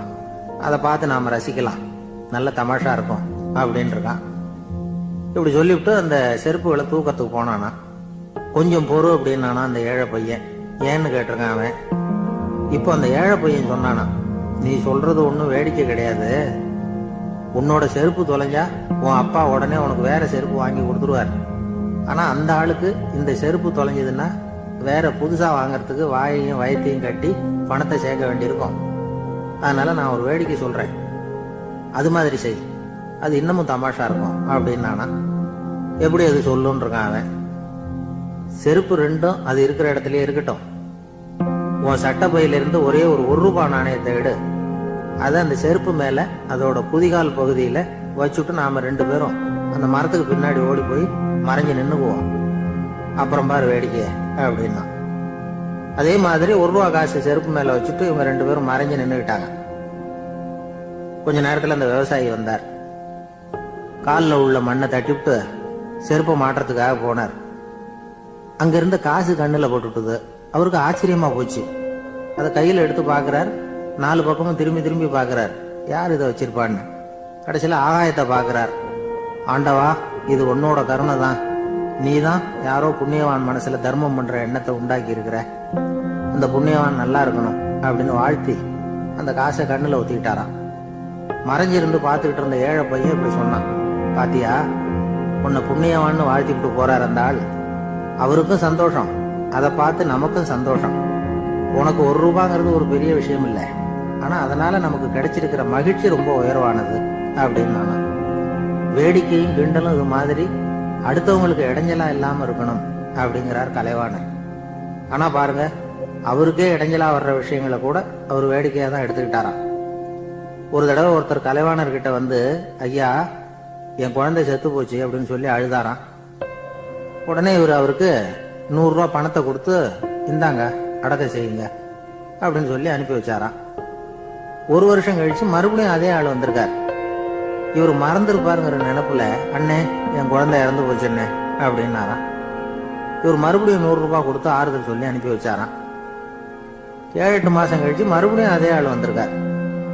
அவர் வாயை திறக்கிறதுக்கு முன்னாடியே இவர் 100 ரூபாய் அவர் கையில வச்சு, போன 2 தடவை தான் குழந்தை செத்து போச்சு, இந்த தடவையாவது அதை சாகாம காப்பாத்தி விடு அப்படின்னு சொல்லி அனுப்பி வச்சாராம். அதுக்கப்புறம் அந்த ஆள் வர்றதே இல்லையா. ஒரு ஊர்ல ஒரு ஆள் இருந்தான், தையல் கடை வச்சிருந்தான். அவன்கிட்ட ஒருத்தன் ஒரு சட்டை துணி எடுத்து கொடுத்து தைக்க சொல்லியிருந்தான். வர்ற சனிக்கிழமை வா, வந்து வாங்கிட்டு போ அப்படின்னு அவன் சொல்லியிருந்தான். அதே மாதிரி அவன் வந்தான். அவன் தச்சு வச்சிருந்த சட்டையை கொடுத்தான். இவன் வாங்கி அங்கேயே போட்டு பார்த்தான். கை நீளம் ஒண்ணுக்கு ஒண்ணு வித்தியாசமா இருந்தது. வலது கை இடது பக்கத்தை விட நீளம் குறைச்சலா இருந்தது. இவன் முணுமுணுக்க ஆரம்பிச்சிட்டான், என்ன இது இப்படி தச்சு விட்டியே அப்படின்னு. இதுக்கு அவன் சொன்னான், ஐயா இதுக்காகவா சங்கடப்படுறீங்க, வலது கையை மட்டும் கொஞ்சம் உள்ள இழுத்தாப்புல வச்சுக்கிட்டீங்கன்னா சரியா போடும். மற்றபடி அந்த சட்டையில உள்ள கலை அம்சத்தை கவனிங்க, எவ்வளவு அற்புதமா தைச்சிருக்கேன் பாருங்க. ஒரு சின்ன குறைய பொருட்படுத்தாதீங்க. நான் சொன்னது மாதிரி கையை கொஞ்சம் உள்ள இழுத்து வச்சுக்கிட்டு நீங்க பாட்டுக்கு நடந்து போங்க, ஜோரா இருக்கும் அப்படின்னா. அவனும் யோசனை பண்ணி பார்த்தான். சரியான யோசனையா தான் தோணுச்சு. கொஞ்சம் முயற்சி பண்ணி வலது கையை உள்ள இழுத்து சட்டை சரியா இருக்கிறது மாதிரி பண்ணிட்டான். இப்போ மறுபடியும் ஒரு பிரச்சனை. வலது கையை உள்ள இழுத்த மாதிரி வச்சுக்கிட்டதும் முதுகு பக்கம் கொஞ்சம் துணி தளர்ந்து தொங்குறது மாதிரி ஆயிட்டுது. என்ன இது முதுகு பக்கம் துணி குவிஞ்சுட்டுத, அப்படியே தொங்குறது மாதிரி இருக்க அப்படின்னு அவன் மறுபடியும் ஆரம்பிச்சான். ஐயா இதுக்காகவா கவலைப்படுறீங்க, உடம்பு அதுக்கு தகுந்த மாதிரி கொஞ்சம் வளைச்சுக்கிட்டா போச்சு. இதுக்காக அந்த அழகான தையலை பிரிச்சு அதுல உள்ள கலை அம்சத்தை கெடுக்கிறதுக்கு என் மனசு இடம் கொடுக்கல. எவ்வளவுக்கு தளர்த்தியா இருக்கோ அவ்வளவுக்கு கொஞ்சம் உடம்ப வளைச்சி அப்படியே வச்சுங்க, சரியா போடும் அப்படின்னா. இதுவும் நல்ல யோசனையா போடுது அப்படின்னு நினைச்சான் அவன். சரின்னு சொல்லிவிட்டு புறப்பட்டான். தெருவில் இறங்கினான். கையை கொஞ்சம் உள்ள இழுத்தான், உடம்ப கொஞ்சம் வளைச்சி வச்சுக்கிட்டான், சட்டைக்கு தகுந்த மாதிரி பண்ணிட்டான். அப்படியே மெதுவா நடந்து போனான். இப்போ எதிரில் இன்னொருத்தன் வந்தான். இவனை பார்த்தான். இவன் போட்டிருக்கிற சட்டைய பார்த்தான். ஆஹா அற்புதமா இருக்கு. நானும் சும்மா சொல்லக்கூடாது, ரொம்ப நல்லா இருக்குது இது. நிச்சயமா இது இந்த ஊர் மேல தெருவில் ஒருத்தன் இருக்கிறானே அவன் தைச்சதா தான் இருக்கணும் அப்படின்னு நானும். இதை கேட்டது அவனுக்கு ஆச்சரியம் ரொம்ப. எப்படி அவ்வளவு கரெக்டா கண்டுபிடிச்சிங்க அப்படின்னு கேட்டிருக்கான். இதுக்கு அந்த வழிபோக்கம் சொன்னானா. அவன் ரொம்ப கெட்டிக்காரன். உங்களை மாதிரி உடம்பும் கையும் வளைஞ்சு போன ஒரு ஆளுக்கு அவனை தவிர வேற யாராலையும் இவ்வளவு பொருத்தமான சட்டையை தைக்க முடியாது அப்படின்னா. பாருங்க, அவனுக்காக இவன் அனுசரிக்க போய் இவனோட நிலைமை எப்படி ஆயிட்டு பாருங்க. இதே மாதிரிதான் சில சடங்குகளும் சம்பிரதாயங்களும் நம்மளை கோமாளியா ஆக்கி விட்டுரும்.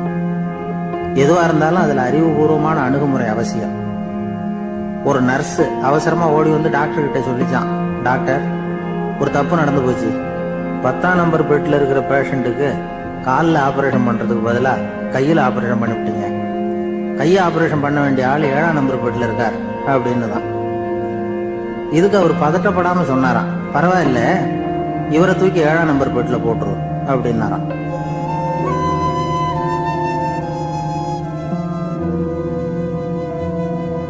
ஒரு ஆள் இருந்தார். அவரு தன்னை ஒரு குருன்னு சொல்லிக்கிட்டார். மௌன குரு, வாயை திறக்கிறது இல்ல. அவருக்கு 2 சீடர்கள் உண்டு.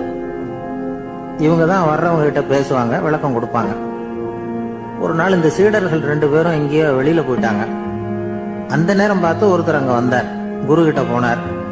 குருவே, புத்தர்னா என்ன அப்படின்னு கேட்டார்.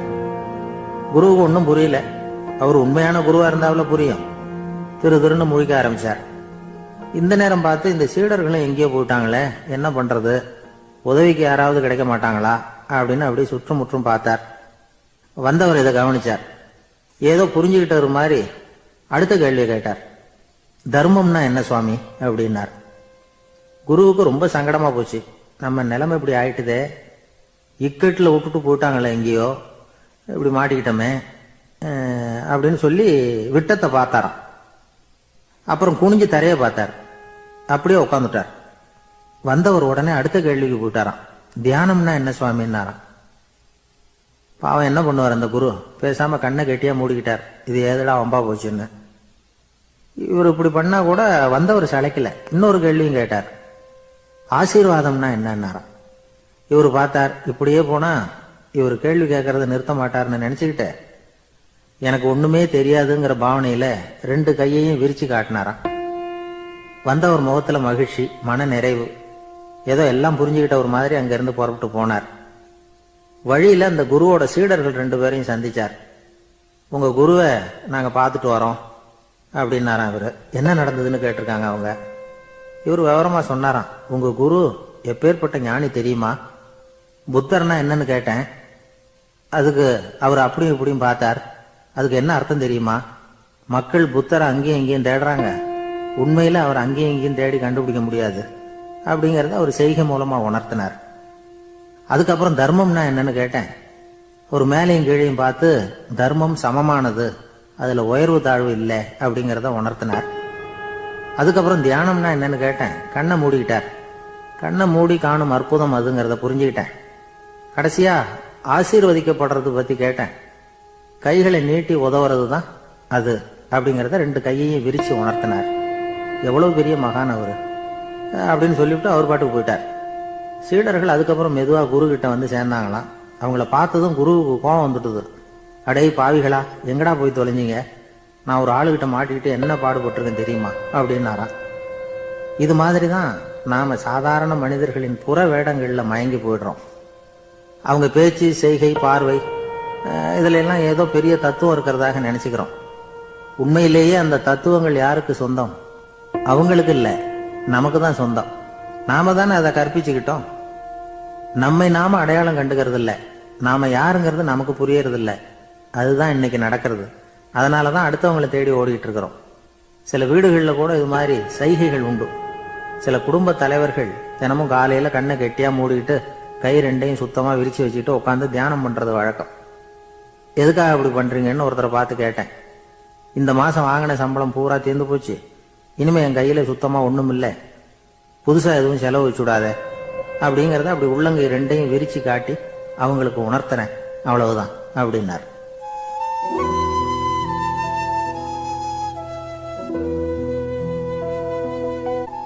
ஒரு பெரிய நினைவு மண்டபம். அதுக்கு முன்னாடி ஒரு அப்பாவும் பிள்ளையும் நின்றுகிட்டு இருக்கிறாங்க. அந்த வழியா போறவங்க வர்றவங்க எல்லாம் அந்த இடத்துல நின்று அது என்ன மண்டபம் அப்படின்னு விசாரிக்க ஆரம்பிச்சாங்க. அந்த அப்பாவும் பிள்ளையும் தான் வர்றவங்களுக்கெல்லாம் விவரம் சொல்லிட்டு இருக்கிறாங்க. அதாவது இந்த இடத்துல ஒரு பெரிய மகான் சமாதி ஆயிருக்கார், அவர் சமாதியான இடத்துல இந்த நினைவு மண்டபத்தை கட்டியிருக்கிறோம் அப்படின்னாங்க. ஊரு பூரா இந்த செய்தி பரவுச்சு. நிறைய பேர் அந்த இடத்தை தேடி வர ஆரம்பிச்சாங்க. இங்க வந்து கொஞ்ச நேரம் உட்காந்துட்டு போனா மனசுக்கு ஒரு நிம்மதி கிடைக்குது அப்படின்னாங்க. அங்க இருந்த உண்டியல்ல நிறைய காசு போட்டுட்டு போறாங்க. பணம் கிடுகிடுன்னு நிறைய சேர ஆரம்பிச்சுட்டுது. பணம் நிறைய சேர்ந்த உடனே அந்த அப்பாவுக்கும் பிள்ளைக்கும் தகராறு வந்துட்டுது. பணம் சேர்ந்தாலே சொத்து தகராறு வரத்தானே செய்யும், அது மாதிரி வந்துட்டுது. பையன் அடிக்கடி நிறைய பணம் கேட்க ஆரம்பிச்சான். அப்பா பார்த்தார், யோசனை பண்ணார், ஒரு முடிவுக்கு வந்தார். ஒரு நாள் பையனை கூப்பிட்டார். இதை பாருப்பா, நமக்குள்ள தகராறு வேணாம், அப்பாவும் பிள்ளையும் இப்படி சண்டை போட்டுக்கிட்டா பாக்குறவங்க தப்பா நினைப்பாங்க, அதனால நமக்குள்ள சமரசமா இதை தீர்த்துக்குவோம், என்ன சொல்ற அப்படின்னார் அப்பா. சரி நான் பையன். உடனே அந்த அப்பா என்ன பண்ணார் தெரியுமா? மகன் கிட்ட கொஞ்சம் பணத்தை கொடுத்தார், தன்கிட்ட இருந்த ஒரு கழுதையையும் கொடுத்தார். இதை வச்சு நீ பொழைச்சிக்கோ அப்படின்னு சொல்லி அனுப்பி வச்சுட்டார். மகன் அந்த கழுதையை இழுத்துக்கிட்டு அடுத்த ஊருக்கு போனான். வழியிலேயே அந்த கழுதை செத்து போச்சு. உடனே என்ன பண்ணலாம்னு யோசனை பண்ணான். ஒரு ஐடியா வந்தது. அந்த கழுதைய ஒரு சாலை ஓரமா புதைச்சான். கையில் இருந்த பணத்தை வச்சு அந்த இடத்துல ஒரு கல் மண்டபம் கட்டினான். அந்த வழியா 2 பேர் வந்தாங்க. இது என்ன மண்டபம்னு விசாரிச்சாங்க. இந்த இடத்துல ஒரு பெரிய மகான் சமாதி ஆயிருக்கிறார் அப்படின்னா. இந்த செய்தி ஊர் பூரா பரவ ஆரம்பிச்சுட்டுது. நிறைய பேர் வந்து போக ஆரம்பிச்சாங்க. இங்க வந்தா மனசுக்கு ஒரு பெரிய நிம்மதி கிடைக்குது அப்படின்னு வேற சொல்ல ஆரம்பிச்சாங்க. வர வர கூட்டம் அதிகமா வர ஆரம்பிச்சுட்டுது. உண்டியல்ல பணம் நிறைய சேர்ந்துட்டுது. நகையெல்லாம் கூட கழட்டி காணிக்கையா போட ஆரம்பிச்சுட்டாங்க. அப்பாவை விட மகன் பெரிய ஆளாயிட்டான். இதை கேள்விப்பட்டார் அப்பா. பையனை பார்த்துட்டு வரலாம்னு ஒரு நாள் புறப்பட்டு வந்தார். பையன் ஓஹோன்னு இருக்கிறான். பங்களா, காரு எல்லாம் வந்துட்டுது. எப்படிடா இந்த அளவுக்கு ஆனே அப்படின்னு விசாரிச்சார். அப்பா, எல்லாம் உங்க ஆசீர்வாதம் தான். நீங்க கொடுத்த மூலதனத்தை வச்சுதான் இவ்வளவும் சம்பாதிச்சேன் அப்படின்னா பையன். அது எப்படிறான்னு விசாரிச்சார். அப்பா, நீங்க ஒரு கழுத குட்டியும் கொஞ்சம் பணமும் என்கிட்ட கொடுத்து அனுப்பி வச்சிங்க. அதை எடுத்துக்கிட்டு வந்தேன். வர்ற வழியில் அந்த கழுதை செத்து போச்சு. உடனே யோசனை பண்ணேன். அந்த கழுதையை இந்த இடத்துல புதைச்சேன். கையில் இருந்த பணத்தை வச்சு மண்டபம் கட்டினேன். மகான் ஒருத்தர் சமாதி ஆயிருக்கார் அப்படின்னு வதந்தியை கிளப்பி விட்டேன். ஜனங்கள்லாம் ஏமாந்து போய் காசை கொண்டாந்து போட ஆரம்பிச்சிட்டாங்க. நான் பொழைச்சிக்கிட்டு இருக்கிறேன் அப்படின்னா. இப்பதான்டா நீ என் புள்ள அப்படின்னு சொல்லி சந்தோஷப்பட்டாரான் அந்த அப்பா. ஏன் அப்படி சொல்றீங்கன்னு கேட்டிருக்கான் பையன். கழுத குட்டியை புதைச்சி மண்டபம் கட்டி இருக்கிற நீ, ஏற்கனவே நம்ம ஊர்ல நாம கட்டி இருக்கிறோமே மண்டபம், அது இந்த கழுதையோட அம்மாவை புதைச்ச இடம். மகான் சமாதி ஆயிருக்காருன்னு நானும் சும்மா கப்சாதான் விட்டுக்கிட்டு இருக்கேன் அப்படின்னாராம் அப்பா. முட்டாள் ஜனங்களை நினைச்சு அந்த 2 பேரும் சத்தம் போட்டு சிரிச்சாங்களாம். மனுஷன் ஏமாத்துறது ரொம்ப சுலபம். என் கூட படிச்ச ஒருத்தன் திடீர்னு ஒரு நாள் எல்லாருக்கும் அருள் வாக்கு சொல்ல ஆரம்பிச்சுட்டான். அவன் ஒரு ஆபீஸ்லயும் வேலை பார்க்கறான். ஆபீஸ்ல உள்ளவங்க எல்லாம் அவங்ககிட்ட வந்து அருள் வாக்கு கேட்கறது வழக்கம். ஒரு நாள் நான் அவன் முன்னாடி போய் உட்காந்து பேசிக்கிட்டு இருந்தேன். அப்போ அதே ஆபீஸ்ல வேலை பார்க்குற ஒருத்தர் அவங்ககிட்ட வந்து, சுவாமி, என் மேஜையில வச்சிருந்த பேனா திடீர்னு காணாம போட்டுது, அது திரும்ப கிடைக்குமா எனக்கு அப்படின்னு கேட்டார். இவன் கண்ணை உருட்டி பார்த்துட்டு, அது உனக்கு கிடைக்காது, புதுசா வேற ஒண்ணு வாங்கிக்கப்போ அப்படின்னா. சரின்னு அவர் போயிட்டார். அவர் போனதுக்கு அப்புறம் நான் மெதுவா இவனை பார்த்து, அது எப்படிறாது, அது உனக்கு கிடைக்காதுன்னு அவ்வளவு உறுதியா அவர்கிட்ட சொன்னேன் அப்படின்னு கேட்டேன். இவன் மெதுவா என் காதுகிட்ட வந்து, அந்த பேனாவை கிளப்புனதே நான் தான் அப்படிங்கிறான். ஒரு ஊர்ல ஒரு ஆள் இருந்தான். அவனுக்கு வெளிநாட்டுக்கு போகணும்னு ஆசை. ஆனா அவனுக்கு எந்த மொழியும் தெரியாது. இருந்தாலும் சமாளிச்சுக்கலாம்னு முடிவு பண்ணிட்டு கிளம்பிட்டான். ஏதோ ஒரு தேசத்துக்கு போய் சேர்ந்தான். அங்க அவனுக்கு யாரையும் தெரியாது. அவங்க என்ன மொழியில பேசிக்கிறாங்க அப்படிங்கறது கூட புரியல. என்ன பண்றதுன்னு யோசனை பண்ணிட்டு ஒரு இடத்துல நின்றுகிட்டு இருக்கிறான். எதிர ஒரு பெரிய கட்டிடம். நிறைய பேர் உள்ள போயிட்டு இருக்கிறாங்க. இவனும் அவங்க பின்னாடியே உள்ள போனான். ஒரு பெரிய அறை, அலங்காரம்லாம் பண்ணி வச்சிருக்கிறாங்க. நிறைய பேர் சாப்பிட்றதுக்காக உட்காந்துருக்குறாங்க. இவனுக்கு நல்ல பசி. அதனால இவனும் உட்காந்தான். சாப்பாடு போட்டாங்க, சாப்பிட்டான். அன்பான உபசரிப்பு. இவன் மனசு உள்ள நினைச்சுக்கிட்டான், இது ஏதோ அரசருடைய அரண்மனை மாதிரி தெரியுது. இன்னைக்கு ஏதோ விருந்து நடக்குது. நல்ல வேளை நம்ம பசியும் தீர்ந்தது அப்படின்னு நினைச்சுக்கிட்டே நிமிர்ந்து பாக்குறான். சாப்பாடு பரிமாறினவன் எதிரில் ரொம்ப பணிவோட முதுக வளைச்சி வணக்கம் தெரிவிச்சான். இவனும் எழுந்திருச்சு நின்று முதுக வளைச்சி வணக்கம் தெரிவிச்சான். ரொம்ப நன்றின்னா. அவன் ஒரு சீட்டை இவன் கையில கொடுத்தான். இவன் அதை வாங்கி பாக்குறான். என்ன எழுதியிருக்குன்னு ஒன்னும் புரியல. சரி, இந்த நாட்டுல தங்களுடைய நன்றியை சீட்ல எழுதிதான் கொடுப்பாங்க போல இருக்கு அப்படின்னு நினைச்சுக்கிட்டு மறுபடியும் நன்றின்னா. ஆனா அவன் காசை கொடுங்கன்னா. ஏன்னா அது ஒரு ஹோட்டல். இவன் சாப்பிட்டதுக்கான பில் அது. இவன் அதை புரிஞ்சிக்கவே இல்லை. நன்றின்னு அந்த சீட்ல எழுதி கொடுக்குறாங்க போல இருக்கு அப்படின்னு நினைச்சுக்கிட்டு அதை வாங்கி சட்டை பையில பத்திரமா வச்சுக்கிட்டு, பரவாயில்லைங்க, ரொம்ப மகிழ்ச்சின்னா. ஒரு வெளிநாட்டுக்காரனுக்கு இவ்வளவு தூரம் மரியாதை பண்றீங்களே, எங்க ஊருக்கு போனதும் உங்களை பத்தி நிறைய சொல்லுவேன் அப்படின்னா. இவன் என்ன சொல்றான்னு அவனுக்கு புரியல. இவனை பிடிச்சி அழைச்சிட்டு போய் முதலாளி முன்னாடி நிறுத்தினான். நாம சொன்னதுல இவனுக்கு ரொம்ப பெருமையா இருக்கணும் போல இருக்கு, அதுதான் பெரிய இடத்துக்கு அழைச்சிட்டு வந்திருக்கிறான் அப்படின்னு இவன் நினைச்சுக்கிறான். அவரும் பில்லுக்கான பணத்தை கொடுங்கிறாரு. பரவாயில்லைங்க, ரொம்ப மகிழ்ச்சி, நன்றிங்கிறான் இவன். அவரு பார்த்தார், இவனை நீதிமன்றத்துக்கு அனுப்பி வச்சுட்டார். இவன் என்ன நினைச்சுக்கிட்டான், நம்மளை இந்த ஊர் ராஜா முன்னாடியே அழைச்சிக்கிட்டு வந்து நிறுத்தி இருக்கிறாங்க போல இருக்கு, என்ன ஒரு பெருந்தன்மை அப்படின்னு நினைச்சுக்கிறான். நீதிபதி சொன்னார், சாப்பிட்டதுக்கான பணத்தை கொடுத்துரு, இல்லைன்னா அதுக்கான தண்டனை அனுபவிக்க வேண்டி இருக்கும்னார். ராஜாவே நமக்கு நன்றி சொல்றாரு போல இருக்கு அப்படின்னு நினைச்சுக்கிறான் இவன். என் மகிழ்ச்சிக்கு எல்லையே இல்லைங்க அப்படின்னா. அவரு பார்த்தார், இவனுக்கு தண்டனை கொடுக்க வேண்டியதுதான் அப்படின்னு முடிவு பண்ணார். உடனே தீர்ப்பு எழுதினார். இவனை கழுதையில பின்புறமா உட்கார வைங்க, இவன் ஒரு மோசடிக்காரன் அப்படின்னு ஒரு போர்டு எழுதி அவன் கழுத்துல மாட்டுங்க, அப்புறம் அந்த கழுதையை ஊரு பூரா விரட்டுங்க அப்படின்னார். இவனுக்கு தான் மொழி புரியலையே, ஏதோ நடக்குது அப்படிங்கிறது மட்டும் புரியுது. எல்லாரும் சேர்ந்து இவனை ஒரு கழுத மேல உட்கார வச்சாங்க. ஓஹோ, நம்மளை பாராட்டி ஒரு ஊர்வலம் நடத்துறாங்க போல இருக்கு அப்படின்னு நினைச்சுக்கிறான் இவன். எல்லாரும் சத்தம் போட்டுக்கிட்டே கையை தட்டிக்கிட்டு கழுத பின்னாடி ஓடி வர்றாங்க. இவனுக்கு ரொம்ப உற்சாகமா இருக்குது. எல்லாருக்கும் கை கூப்பி வணக்கம் சொல்லிக்கிட்டே போறான். கூட்டத்துல திடீர்னு ஒரு தெரிஞ்ச முகம் தெரியுது. அவனுடைய தேசத்தை சேர்ந்த ஒரு ஆள் அவன். அவனை பார்த்ததும் இவனுக்கு ரொம்ப உற்சாகம். நம்ம ஊருக்கு போனதும் இங்க நமக்கு கிடைச்ச மரியாதையெல்லாம் உண்மைதான்னு சொல்றதுக்கு ஒரு சாட்சியும் கிடைச்சுட்டுது அப்படின்னு நினைச்சுக்கிறான். அவனை பார்த்து கத்தனான், நல்லா பாத்துக்க, இந்த ஊர் மக்கள் எனக்கு எப்படிப்பட்ட வரவேற்பு கொடுக்குறாங்கிறத நல்லா கவனிச்சுக்கோ அப்படிங்கிறான். அவனுக்கு அவமானமா போட்டுது. தலையை குனிஞ்சுக்கிட்டே நழுவி போட்டான். இவன் பார்த்தான், அவன் தலை தெரியல. ஆகா, அவனுக்கு நம்ம மேல பொறாம போல இருக்கு, அதனாலதான் காணாம போட்டான் அப்படின்னு நினைச்சுக்கிறான். இப்படி ஒரு வேடிக்கை கதையை பெரியவங்க சொல்றது உண்டு. கதை வேடிக்கையா இருந்தாலும் இதுல உள்ள கருத்து என்ன தெரியுமா? அந்த கழுத மேல உட்கார்ந்து இருக்கிறானே, அது மாதிரிதான் நாமளும் அகங்காரம்ங்கிற கழுத மேல உட்காந்துக்கிட்டு இருக்கோமா.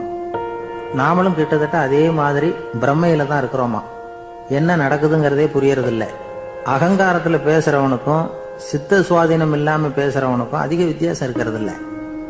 அது மாதிரி ஒருத்தன் தன்னுடைய வீட்டை சுத்தி சேற்ற வாரி அரைச்சிக்கிட்டு இருந்தானா. அந்த வழியா வந்த ஒரு பெரியவர் அதை பார்த்திருக்கார். என்னப்பா பண்ணிட்டு இருக்கிற அப்படின்னு கேட்டாராம். கழுதைகளை விரட்டிக்கிட்டு இருக்கிறேன் அப்படின்னானா. இங்க கழுதைகளே காணுமே அப்படின்னாராம் அவரு. அதுதான் ஏற்கனவே விரட்டி விட்டனே அப்படின்னானா இவன்.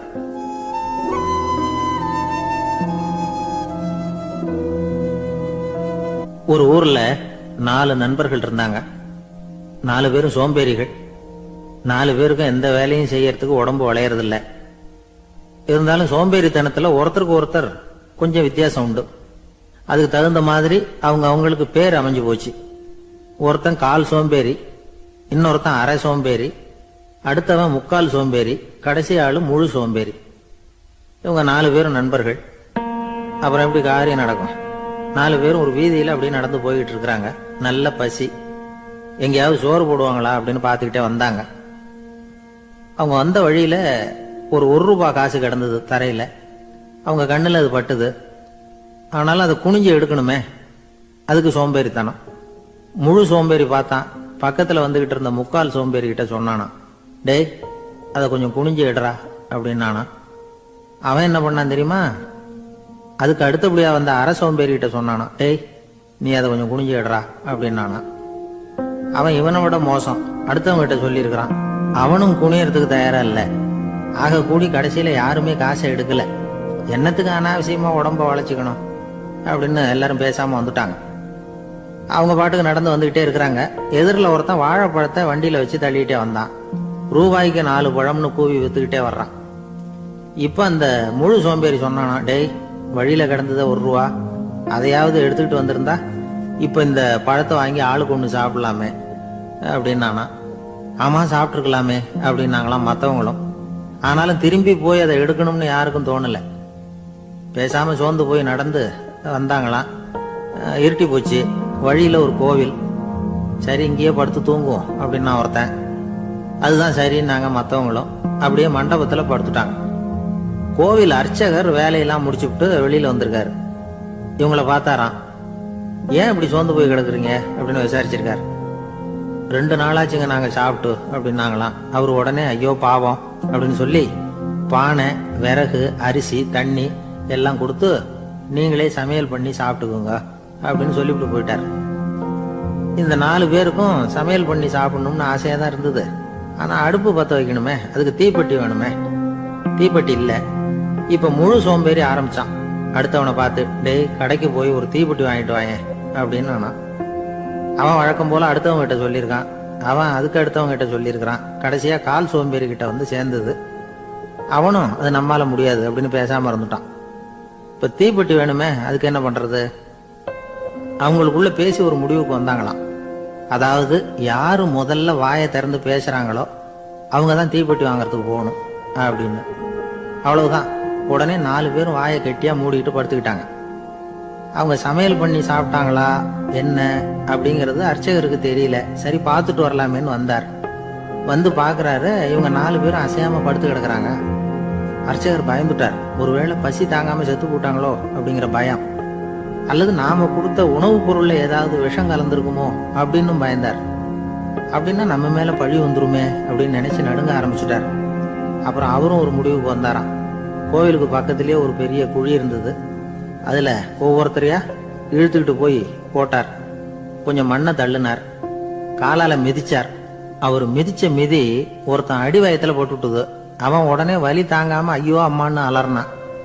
உடனே நடந்தது என்ன தெரியுமா? மத்த 3 பேரும் துள்ளி எழுந்திருச்சாங்களாம். அவனை பார்த்து நீ தாண்டா தீப்பெட்டி வாங்க போகணும், நீ தாண்டா வாங்க போகணும், நீ தான் சத்தம் போட்ட அப்படின்னு சொல்லி ஆரம்பிச்சுட்டாங்களாம். அர்ச்சகர் பார்த்தார், இது பேய் மாதிரி தெரியுதுன்னு நினைச்சுக்கிட்டு ஒரே ஓட்டமா ஓடி போட்டாராம். கிராமப்புறங்கள்ல இப்படி ஒரு கதையை சொல்றது உண்டு. சோம்பல்ங்கிறது நம்ம முன்னேற்றத்துக்கு பெரிய தடை அப்படிங்கிறத நாம புரிஞ்சுக்கணும். அதுதான் இந்த கதை சொல்ற நீதி. ஒரு பள்ளிக்கூடத்துல ஒரு புதுமையான போட்டி நடந்துதான். அதாவது சோம்பேறித்தனத்துக்கு பரிசு. அதுல 2வது பரிசு யாருக்குன்னு அறிவிச்சாங்க. ஒரு பையன் எழுந்திருச்சு மெதுவா நடந்து போய் பரிசை வாங்கிட்டான். அடுத்தது முதல் பரிசு யாருக்கு அப்படின்னு அறிவிச்சாங்களாம். அவன் கடைசி வரிசையில இருந்து கத்தனானா, ஐயா அதையும் அந்த பையன் மூலமாவே கொடுத்து அனுப்பி வச்சிருங்க, இங்க வந்தது நான் வாங்கிக்கிறேன் அப்படின்னு நானா.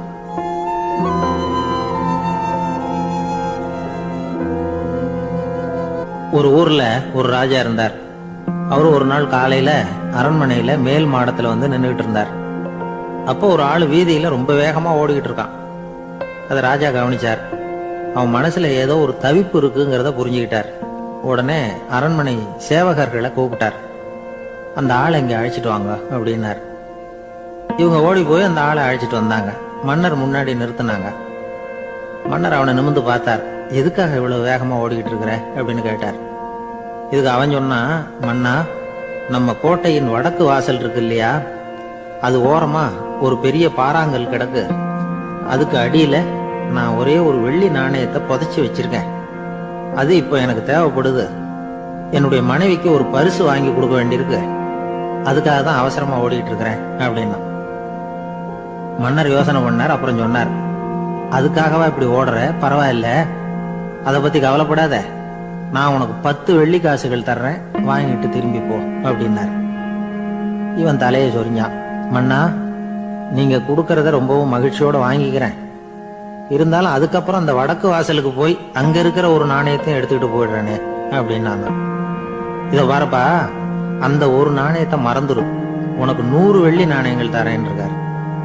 மன்னா, ரொம்ப மகிழ்ச்சி. உங்க மாதிரி தாராள குணம் வேற யாருக்கும் வராது. நீங்க கொடுக்கற 100 நாணயங்களையும் வாங்கிக்கிறேன். இருந்தாலும் வடக்கு வாசலுக்கு போய் அதையும் எடுத்துக்கிட்டா 101 ஆயிடுமே அப்படின்னு நானா. இத பாருப்பா, அந்த ஒரு நாணயத்தை மறந்துரு, அது எக்கேடாவது கெட்டு போட்டோம்.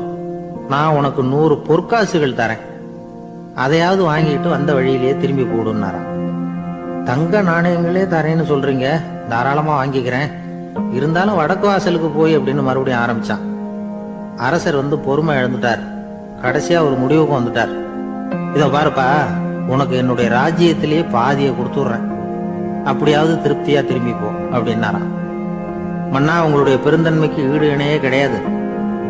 தேசத்திலேயே பாதி பிரிச்சு கொடுக்குறேன்னு சொல்றீங்க, அதனால உங்ககிட்ட ஒரு சின்ன வேண்டுகோள் அப்படின்னானா. சொல்லுன்னாராம் மன்னர் ஆர்வமா.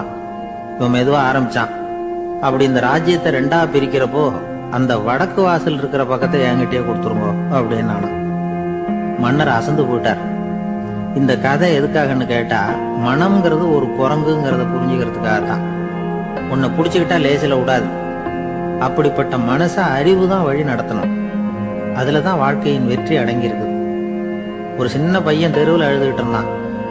ஏன்பா அழுவுறேன்னு ஒரு பெரியவர் கேட்டார். 1 ரூபா காசை எங்க தொலைச்சுட்டேன் அப்படின்னா. சரி, அதுக்காக அழாத, அதுக்கு பதிலாக 10 ரூபா தரேன், இந்தா வச்சுக்கோன்னு கொடுத்தாரு. இந்த 10 ரூபாய வாங்கி சட்டப்பையில போட்டுக்கிட்டு அதை விட அதிகமா சத்தம் போட்டு அழ ஆரம்பிச்சுட்டான். மறுபடியும் ஏன்டா அழறேன்னு கேட்டார் பெரியவர். அந்த 1 ரூபாயும் கிடைச்சிட்டுதுன்னா இப்ப என்கிட்ட 11 ரூபா இருக்குமே, இப்ப 10 ரூபா தானே இருக்கு அப்படின்னு சொல்லிவிட்டு அழறான். என்னுடைய நண்பர் ஒருத்தர், அவருக்கு ஜாதகத்துல நம்பிக்கை உண்டு. அவரே ஜோசியம்லாம் பார்ப்பார். என்ன சார் இந்த காலத்துல இதையெல்லாம் நம்பிக்கிட்டு இருக்கீங்களே அப்படின்னு கேட்டா, உங்களுக்கு ஒன்றும் தெரியாது சார். இந்த உலகத்துல ஒவ்வொருத்தரும் அவங்கவங்க செய்யற நல்லது கெட்டதுக்கு தகுந்த பலனை அனுபவிச்சே தீரணும் பார். அது மட்டும் இல்ல, ஒருத்தர் செத்துட்டா கூட அவன் செஞ்ச பாவ புண்ணியங்கள் கூடவே போய்கிட்டு இருக்கும் பார். அது எப்படி கூட போவோம் அப்படின்னு குதர்க்கமா கேட்டா அதுக்கு அவர் ஒரு கதை சொன்னார். அது ரொம்ப சுவாரஸ்யமா இருந்தது. அது என்ன கதைன்னா, ஒரு ஊர்ல ஒருத்தர் இருந்தாராம். அவர் ஜோசியம் பார்க்கறதுல ரொம்ப கெட்டிக்காரரான். ஒருத்தருடைய தலைமுடியை மட்டும் அவர்கிட்ட காட்டினா போதும், அதை மட்டும் பார்த்துட்டு அவருடைய ஜாதகத்தையே அலசி விடுவாராம். அப்பேற்பட்ட திறமை. அந்த ஆள் ஒரு சமயம் கன்னியாகுமரி கடற்கரைக்கு போயிருந்திருக்கார். அங்க கரை ஓரமா ஒரு மண்டை ஓடு கிடந்திருக்கு. அதை எடுத்து பார்த்திருக்கார். அந்த மண்டை ஓட்டை வச்சுக்கிட்டே அதோட ஜாதகத்தை அலசியிருக்கார். இந்த மண்டை ஓட்டுக்கு உரிய ஆசாமி வாழ்க்கையில ரொம்ப கஷ்டப்பட்டிருக்கணும், நிறைய கஷ்டத்தை அனுபவிச்சிருக்கணும். அது தாங்க முடியாம தான் கடல்ல விழுந்து தற்கொலை பண்ணிட்டு இருக்கான் அப்படிங்கறத அவரு கணிச்சுட்டார். இருந்தாலும் இந்த மண்டை ஓடு இன்னமும் அனுபவிக்க வேண்டியது பாக்கி இருக்கு அப்படிங்கறத அவர் உணர்ந்தாராம்.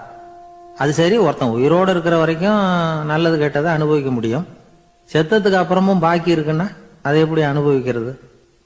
இந்த மண்டை ஓட்டுக்கு இன்னும் கொஞ்சம் பாக்கி இருக்குங்கிறது அவருக்கு புரிஞ்சதே தவிர அதோட அர்த்தம் என்னங்கிறது சரியா விளங்கல. சரி, இதை இன்னும் கொஞ்சம் விவரமா ஆராய்ச்சி பண்ணுவோம் அப்படின்னு நினைச்சுக்கிட்டு அதை தன்னுடைய வீட்டுக்கு எடுத்துட்டு போயிட்டார். அந்த மண்டை ஓட்டை ஒரு பெட்டியில வச்சு பூட்டினார்.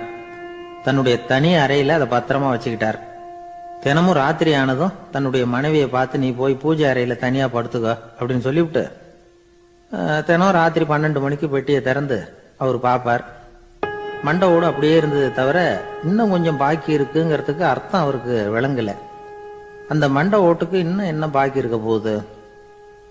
எப்படியோ ஒரு 10 நாள் போச்சு. அந்த வீட்டம்மாவுக்கு சந்தேகம் வந்துட்டுது. நம்ம வீட்டுக்காரரு நம்மளை தனியா ஏன் தூங்க சொல்றார் அப்படிங்கிற சந்தேகம். உடனே பக்கத்து வீட்டு அம்மா கிட்ட விஷயத்த சொல்லியிருக்கிறாங்க. அந்த அம்மா உடனே, நீ கவலைப்படாத, நான் கண்டுபிடிச்சு சொல்றேன் அப்படின்னு சொல்லிவிட்டாங்களாம். அன்னைக்கு ராத்திரியே ஜன்னல் வழியா எட்டி பார்த்துருக்குறாங்க. இந்த ஆள் மண்டை ஓட்டை கையில வச்சுக்கிட்டு அதை திருப்பி திருப்பி பார்த்துக்கிட்டு இருக்கிறான். அதை பார்த்துட்டாங்க. மறுநாள் காலையில அவரோட மனைவியை பார்த்தாங்க. ஏம்மா, உன் வீட்டுக்காரருக்கு நீ முதல் மனைவியா 2வது மனைவியா அப்படின்னு கேட்டாங்களாம். எனக்கு தெரிஞ்ச வரைக்கும் நான் ஒருத்தி தான் அவருடைய மனைவி அப்படின்னாங்களாம் அவங்க. அப்படி இல்லை, நீ அவருக்கு 2வது மனைவி. முதல் மனைவியின் மண்டை ஓட்டை தான் அவர் தினமும் ராத்திரியில் எடுத்து பார்த்துக்கிட்டு இருக்கிறார் அப்படின்னாங்க அடுத்த வீட்டு அம்மா. அப்படியா விஷயம் அப்படின்னு சொல்லிவிட்டு கணவன் வீட்டில் இல்லாத நேரமா பார்த்து அந்த மண்டை ஓட்டை எடுத்து கொண்டாந்து ஒரு உரல்ல போட்டு உலக்கையால குத்தி நொறுக்க ஆரம்பிச்சுட்டாங்க. வெளியில போயிருந்த அந்த ஆள் அப்பதான் உள்ள நுழைஞ்சார். மண்டை ஓடு உலக்கை கிட்ட குத்து வாங்கிட்டு இருக்கு. அது அனுபவிக்க வேண்டியது இன்னும் கொஞ்சம் பாக்கி இருக்குங்கிறதுக்கு அர்த்தம் எனக்கு இப்பதான் புரிஞ்சுது அப்படின்னாராம் அவர். இந்த கதையிலிருந்து நாம இன்னொரு நீதியையும் புரிஞ்சுக்கணும். அதாவது நம்ம வீட்டை பத்தி நமக்கு புரியாததெல்லாம் அடுத்த வீட்டுக்காரங்களுக்கு நல்லா புரியும்.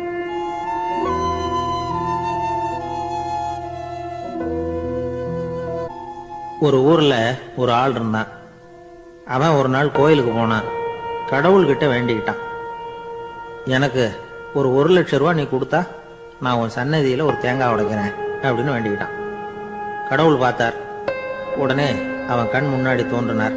இந்தா நீ கேட்ட 1,00,000 ரூபாய் அப்படின்னு சொல்லி அவன் கையில பணத்தை கொடுத்துட்டு மறைஞ்சிட்டார். இவனால நம்பவே முடியல.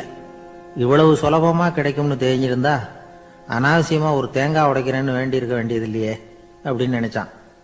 இருந்தாலும் வேண்டுதலை நிறைவேற்ற வேண்டியது கடமை. அதுக்காக என்ன பண்ணா, பக்கத்துல ஒரு கடைக்கு போனான். ஒரு தேங்காயை கையில் எடுத்தான். இது என்ன விலைன்னு கேட்டான். 5 ரூபான்னார் கடையில இருந்தவர். அதிகமா இருக்குதே விலைன்னா. அப்படின்னா ஒண்ணு செய்யுங்க, அடுத்த ஊருக்கு போங்க, அங்க தென்னந்தோப்பு அதிகம், அதனால அங்க இதை விட குறைஞ்ச விலைக்கு கிடைக்கும் அப்படின்னார். சரின்னு அடுத்த ஊருக்கு கிளம்புனான். அங்க போய் விசாரிச்சான். ஒரு தேங்காய் 3 ரூபாய் விலைன்னாங்க. இதுவும் அதிகமா தெரியுதேன்னா. அப்படின்னா ஒண்ணு செய்ய, அதோ அந்த ஆத்து ஓரமா ஒரு தென்னை மரம் இருக்கு பார், அதுல நீயே ஏறி பறிச்சுக்கோ, ஒரு தேங்காய்க்கு 1 ரூபா கொடுத்தா போதும் அப்படின்னார் அந்த தோப்புக்கு சொந்தக்காரரு. இவனுக்கு மரம் ஏற தெரியாது. இருந்தாலும் ஆசை யார விட்டுது, விலை சல்லிசா இருக்குதே. ஆத்து ஓரம் போனா தட்டு தடுமாறி அந்த மரத்துல ஏறினா அந்த தென்னை மரம் வளைஞ்சி ஆத்து பக்கம் போய் அப்புறம் நிமிர்ந்து இருந்தது. அதாவது மரத்தின் உச்சி சரியா ஆத்துக்கு நடுவுல இருந்தது. ஆத்துல வெள்ளம் கரபுரண்டு ஓடிட்டு இருக்கு. இவன் கடவுள் கொடுத்த 1,00,000 ரூபாயை மடியில வச்சு இறுக்கி கட்டிக்கிட்டான். உச்சிக்கு போய் காய் பறிக்கிற சமயத்துல காத்தும் மழையும் பலமா கலந்து அடிக்க ஆரம்பிச்சுட்டுது. கால் வழுக்கி விட்டுட்டுது. இவன் சடார்னு ஒரு தென்னை மட்டையை பிடிச்சிக்கிட்டு தொங்க ஆரம்பிச்சிட்டான். கீழே பயங்கரமான வெள்ளம், மடியில 1,00,000 பணம். என்ன செய்யறதுன்னு தவிக்கிறான். இந்த சமயம் கரையில ஒரு யானை பாகன் யானையை குளிப்பாட்டிக்கிட்டு இருக்கிறான். அது அவன் கண்ணில் பட்டுது. ஐயா, ஒரு உதவின்னு கத்துனான். அவன் என்ன செய்யணும்னு கேட்டான். உன் யானையை மெதுவா இங்க அழைச்சிட்டு வா, எனக்கு நேரா கீழே நிறுத்து, என் காலை பிடிச்சி மெதுவா கீழே இறக்கி விட்டுரு, என் மடியில இருக்கிற பணத்துல உனக்கு 10,000 தரேன் அப்படின்னா. அவன் பார்த்தான், காலை கையை பிடிச்சா கூட எவனும் இந்த காலத்துல 10 ரூபாய்க்கு மேல தரமாட்டேங்கிறான், இவன் காலை பிடிச்சா 10,000 தர்றேங்கிறான் அப்படின்னு யோசனை பண்ணா. உடனே யானையை கொண்டுட்டு போனான். அவனுக்கு நேரா கீழே நிறுத்தினான். அவன் காலை பிடிச்சான். அவ்வளவுதான். அந்த நேரம் பார்த்து யானை மெதுவா நடந்து அப்பால போட்டுது. இப்ப யானை பாகன் அவன் காலை கெட்டியா பிடிச்சிட்டு தொங்குறான். பரிதாபமா மேல பாக்குறான். அவன் மட்டையை பிடிச்சிட்டு தொங்குறான். இப்ப யானை பாகன் சொல்றான், தம்பி மட்டையை விட்டுறாத, கெட்டியா பிடிச்சிக்கோ, நான் உனக்கு 10,000 தரேன், இதோ மடியில் தான் வச்சிருக்கேன்னா. மேல தொங்குறவனுக்கு இந்த நிலைமையிலேயும் ஒரு சந்தோஷம், மேற்கொண்டு ஒரு 10,000 நமக்கு கிடைக்கும் போல இருக்கே அப்படின்னு. இந்த சமயத்துல ஒருத்தன் ஒட்டகத்தை ஓட்டிட்டு வந்தான் அந்த பக்கமா குளிப்பாட்டுறதுக்கு. யானை பாகம் பார்த்துட்டான். ஐயா, ஒட்டகக்காரரே, அதை இங்க கொண்டுட்டு வா, எங்க காலை பிடிச்சி பத்திரமா இறக்கி விடு, நாங்க பணம் கொடுக்குறோம்னா. அவனும் பணத்துக்கு ஆசைப்பட்டு வந்தான். அவன் காலை பிடிக்கிற சமயம் ஒட்டகமும் நழுவி போட்டுது. இப்ப 3 பேருமே வரிசையா தொங்குறாங்க. ஒட்டகக்காரன் கத்துறான், தம்பி மட்டையை விட்டுறாத, கெட்டியா பிடிச்சுக்கோ, நான் என் மடியில இருக்கிற 5,000 உனக்கு தந்துடுறேன்னா. மேல தொங்குறவனுக்கு இன்னமும் சந்தோஷம், இவனும் பணம் தர்றேங்கிறான் அப்படின்னா இன்னைக்கு நமக்கு மொத்த பண வரவு எவ்வளவு அப்படின்னு ஒவ்வொன்னா கூட்டி பார்க்க ஆரம்பிச்சான். மனக்கணக்கு சரியா வரல. அதனால அப்படியே விரல விட்டு எண்ண ஆரம்பிச்சான். அவ்வளவுதான், மட்டையை விட்டுட்டு கை நழுவி வந்துட்டுது. 3 பேரும் பொத்துன்னு ஆத்துல விழுந்தாங்க. படாத பாடுபட்டு தட்டு தடுமாறி கரைக்கு வந்து சேர்ந்தாங்க. 3 பேர் மடியில இருந்த பணமும் ஆத்தோட கூட்டுது. பேராசை பெருநஷ்டம் அப்படின்னு ஒரு பழமொழி இருக்குல்ல, அதை விளக்கறதுக்காக சொல்லப்பட்ட கதை இது. இந்த காலத்துல ஒருத்தர் ஒரு நீச்சல் குளத்துல நீச்சல் அடிச்சுக்கிட்டு இருக்கிறார். காவலுக்கு இருந்தவர் அதை கவனிச்சுட்டார். கரையில இருந்து சத்தம் போட்டாராம், இதோ பாருங்க, இங்க ராத்திரி 8 மணிக்கு மேல நீச்சல் அடிக்கிறது சட்டப்படி குற்றம், அதுக்கு அனுமதி கிடையாது, தெரியாதா உங்களுக்கு அப்படின்னாராம். இதுக்கு அவரு, ஐயோ, நான் நீச்சல் அடிக்க வந்தவன் இல்லைங்க, சும்மா சுத்தி பார்க்க வந்தவன், தடுமாறி குளத்துல விழுந்துட்டேன், நீச்சல் தெரியாது, அதனால தத்தளிச்சுக்கிட்டு இருக்கிறேன் அப்படின்னு கத்துனாராம். கரையில இருந்தவர் பார்த்தார். ஓ அப்படின்னா சரி, அதுக்கு ஒன்றும் தடை இல்லை அப்படின்னு சொல்லிவிட்டு அவர் பாட்டு நடந்து போயிட்டாராம்.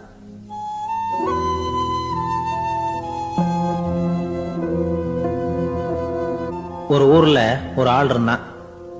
நிறைய பணம் சேர்த்தான். அவனுக்கு சம்பாதிக்க தெரியுமே தவிர செலவு பண்ண தெரியாது. மகா கஞ்சன். காசை கையில எடுக்கவும் மாட்டான்.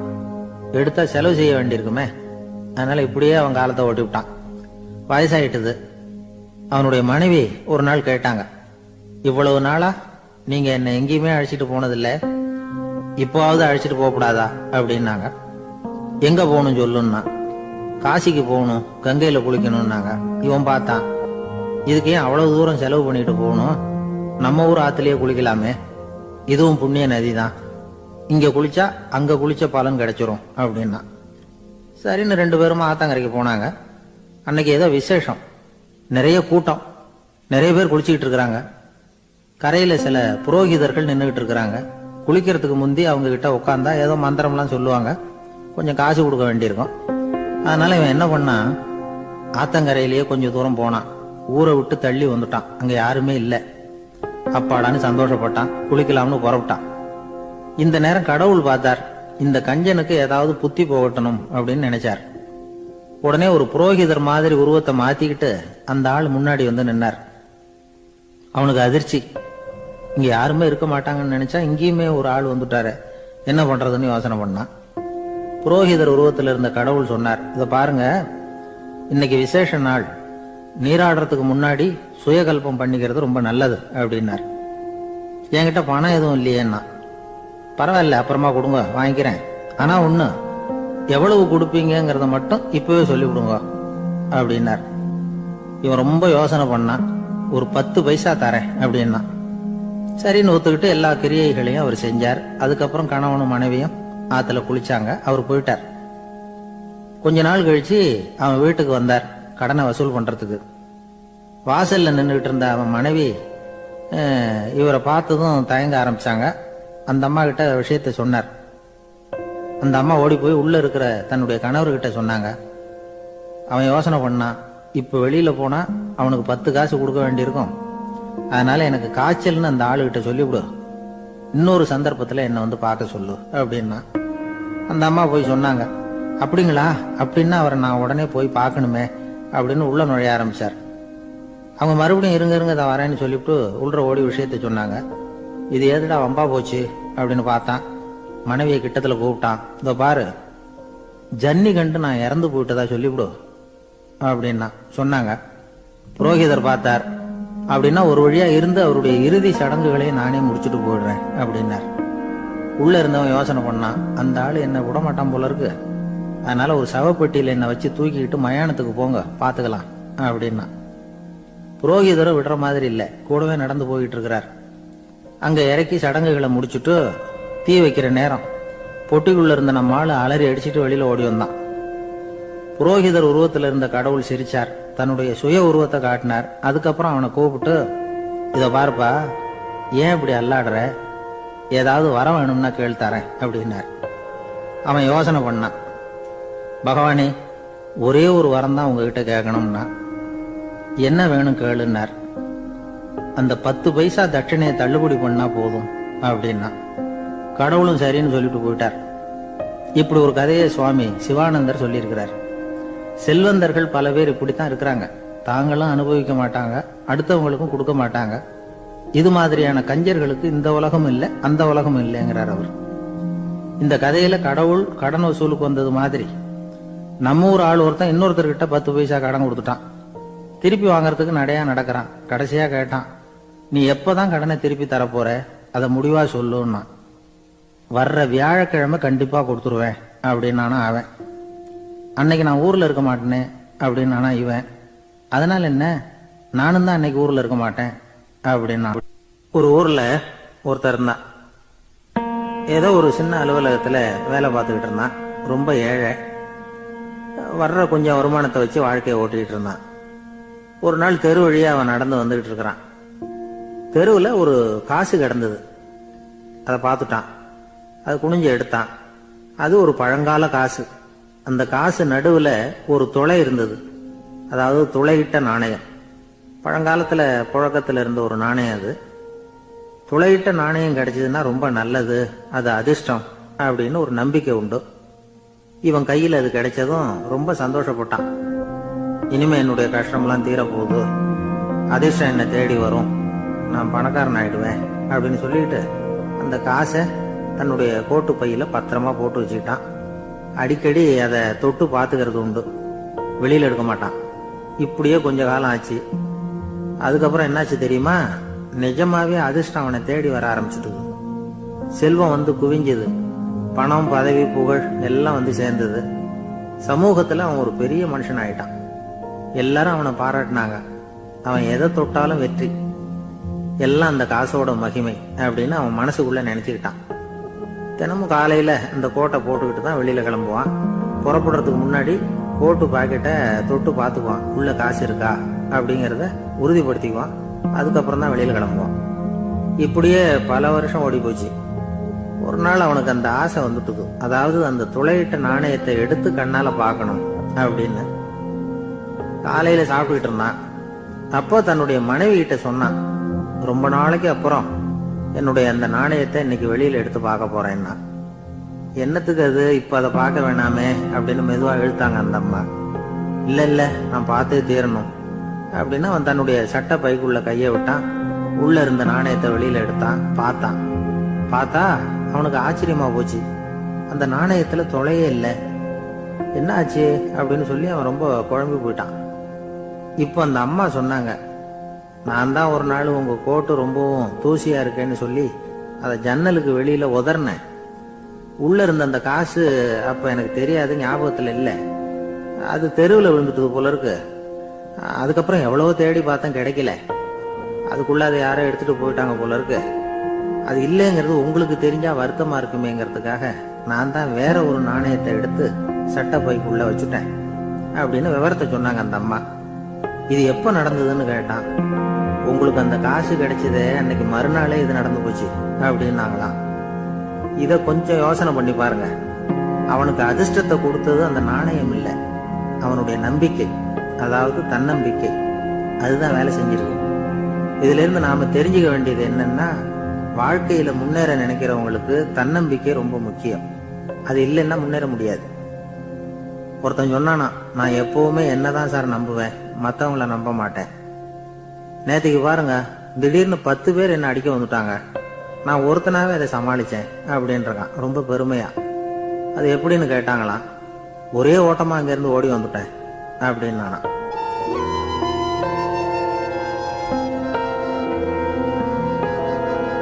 ஒரு ஊர்ல ஒருத்தர் இருந்தார், ரொம்ப நல்லவர். யாருக்காவது ஏதாவது கொடுத்துக்கிட்டே இருப்பார், கொடையாளி.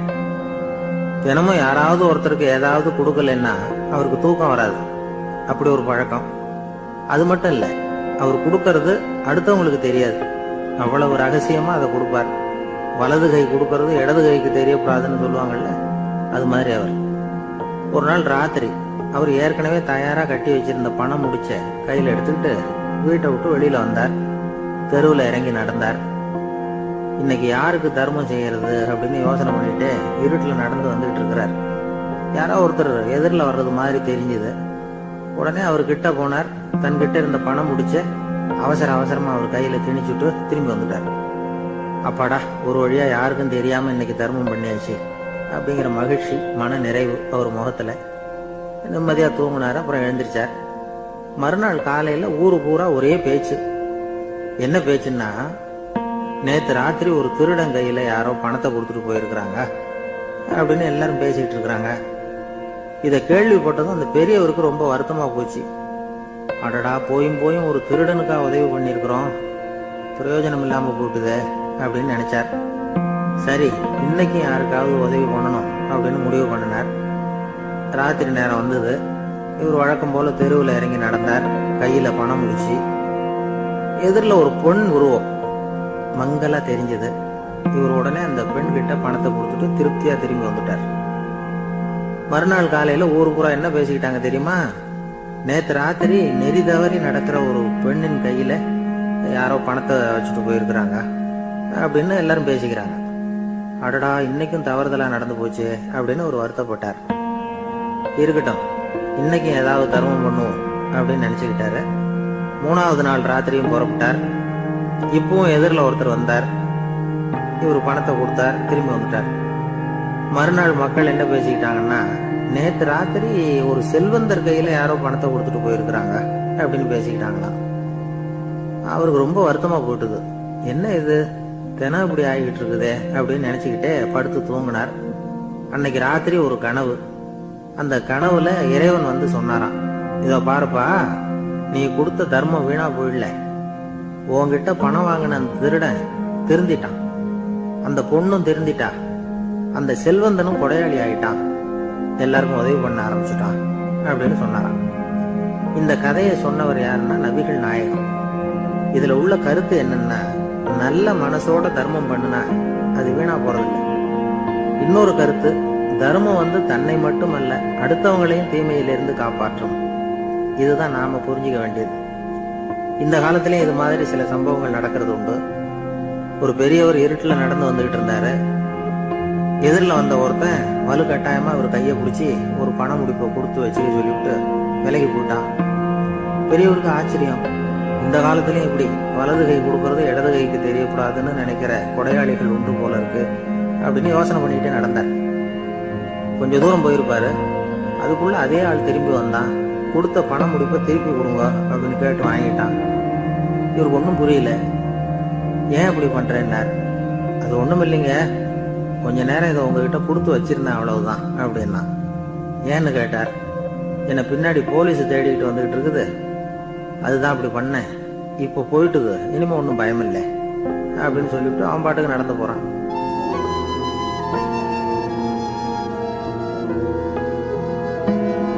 ஜெருசலேம், அங்க உள்ள ஒரு தேவாலயம். அதுல உள்ள பலிபீடத்தின் முன்னாடி ஒரு பெட்டி உண்டு. அது காணிக்கை பெட்டி. ஆலயத்துக்கு வர்றவங்க பிரார்த்தனை பண்ணிவிட்டு திரும்பி போற சமயத்துல அந்த பெட்டியில காணிக்கை போடுவாங்க. அவங்களால எவ்வளவு முடியுமோ அவ்வளவு போடுறது வழக்கம். அவங்க வசதிக்கு தகுந்த மாதிரி போடுவாங்க. வசதி உள்ளவங்களா இருந்தாலும் சரி, வசதியே இல்லாத வறியவர்களா இருந்தாலும் சரி, ஆலய காணிக்கை பெட்டியில காசு போடுறது அவங்களுக்கு ரொம்ப பெருமையான ஒரு செயல். ஒரு சமயம் இயேசு தம்முடைய சீடர்களோட அந்த ஆலயத்துக்கு வரார். அங்க உட்கார்ந்து ரொம்ப நேரம் வழிபாடு பண்ணிட்டு இருக்கிறார். சீடர்களும் அந்த ஜபத்துல கலந்துகிட்டாங்க. வழிபாடு முடிஞ்சுது. இயேசு உட்கார்ந்துருக்கிறார். காணிக்கை பெட்டியில காசு போடுறவங்கள கவனிக்கிறார். சீடர்களும் அதையே கவனிச்சுக்கிட்டு இருக்கிறாங்க.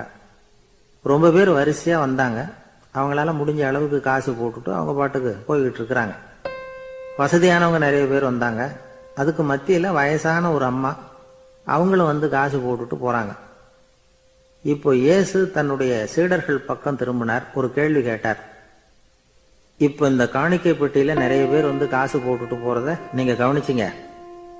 இன்னைக்கு இந்த காணிக்கை பெட்டியில ரொம்பவும் அதிகமா காசு போட்டது யார் அப்படின்னு கேட்டார். முதல்ல வந்தார ஒரு பெரிய மனுஷன், அவர் தான் அதிகமா போட்டார் அப்படின்னாரு ஒருத்தர். மூணாவதா வந்தவர் தான் அதிகமா போட்டார், நான் கவனிச்சேன் அப்படின்னாரு இன்னொருத்தர். இப்படி ஆளுக்கு ஒரு விதமா சொல்றாங்க. கடைசியா இயேசு சொன்னாராம், இன்றைக்கு அந்த பெட்டியில அதிகமா காசு போட்டவங்க அந்த வயசான அம்மா தான் அப்படின்னாராம். சீடர்களுக்கு ஒன்றும் புரியல. அந்த அம்மா ரொம்ப ஏழையாச்சே, அவங்க எப்படி அதிகமா காணிக்கை செலுத்த முடியும் அப்படிங்கறது அவங்க சந்தேகம். இயேசு விளக்குனார். நிறைய பேர் வந்தாங்க, நிறையவே காசுகள் போட்டாங்க, அது உண்மைதான். ஆனாலும் அந்த அம்மா என்ன பண்ணாங்க கவனிச்சிங்களா? வந்தாங்க, தன்னுடைய காசு பைய திறந்தாங்க, அப்படியே கொட்டுனாங்க. அதுல இருந்தது ரெண்டு காசுகள் தான். அந்த 2 காசும் காணிக்கை பெட்டியில விழுந்துட்டுது. மற்றவங்கள்லாம் தங்கள்கிட்ட இருந்த செல்வத்தின் ஒரு சிறு பகுதியை எடுத்து பெட்டியில போட்டாங்க. ஆனா இந்த அம்மா தன்கிட்ட என்ன இருந்ததோ அதை அப்படியே போட்டுட்டாங்க. தன்னுடைய பிழைப்புக்காக வச்சிருந்த அவ்வளவையும் இழக்கிறதுக்கு தயாராயிட்டாங்க. அவ்வளவு தாராள மனசு அவங்களுக்கு. அதனால அவங்க செலுத்தின காணிக்கை தான் அளவுல அதிகம் அப்படின்னார். விலை மதிப்பில்லாத முத்து புதையல் ஒருத்தனுக்கு கிடைக்க போகுதுன்னு வச்சுக்கோங்க. அதன் மதிப்பை உணர்ந்தவன் என்ன பண்ணுவான்? அதை அடையறதுக்காக தன்கிட்ட இருக்கிற எதையும் கொடுக்கறதுக்கு தயாரா இருப்பான் இல்லையா? அது மாதிரிதான் இதுவும் அப்படின்னார். உலக மதிப்பீடுகளை துரும்பா தூசியா மதிச்சு அதையெல்லாம் உதறி விடுகிறவன் இறையருள் அப்படிங்கிற இணையில்லாத செல்வத்தை பெறுகிறான் அப்படிங்கிறது இதுல உள்ள கருத்து. இறைவனுக்காக இழப்பதுன்னா துன்பப்படுகிறவர்களுக்காக, ஏழைகளுக்காக, ஏதுமற்றவர்களுக்காக இழப்பது அப்படின்னு அர்த்தம். உங்கள் அயலானுக்கு நீங்கள் என்ன உதவி செய்தாலும் அதை எனக்கே செய்கிறீர்கள் அப்படின்னு இயேசு சொல்லியிருக்கிறார். அடுத்தவங்களுக்கு உதவணுங்கிற குணம் இன்னைக்கு ரொம்ப குறைஞ்சு போச்சு. ஒருத்தன் வாழைப்பழத்தோல் வழுக்கி கீழே விழுந்துட்டான். பக்கத்துல இருந்த நண்பன் உடனே இவனை தூக்கிக்கிட்டு போய் ஆஸ்பத்திரியில சேர்த்துட்டான். அதுக்கப்புறம் சொன்னான், நீ அந்த வாழைப்பழத்தோல்ல காலை வைக்க போற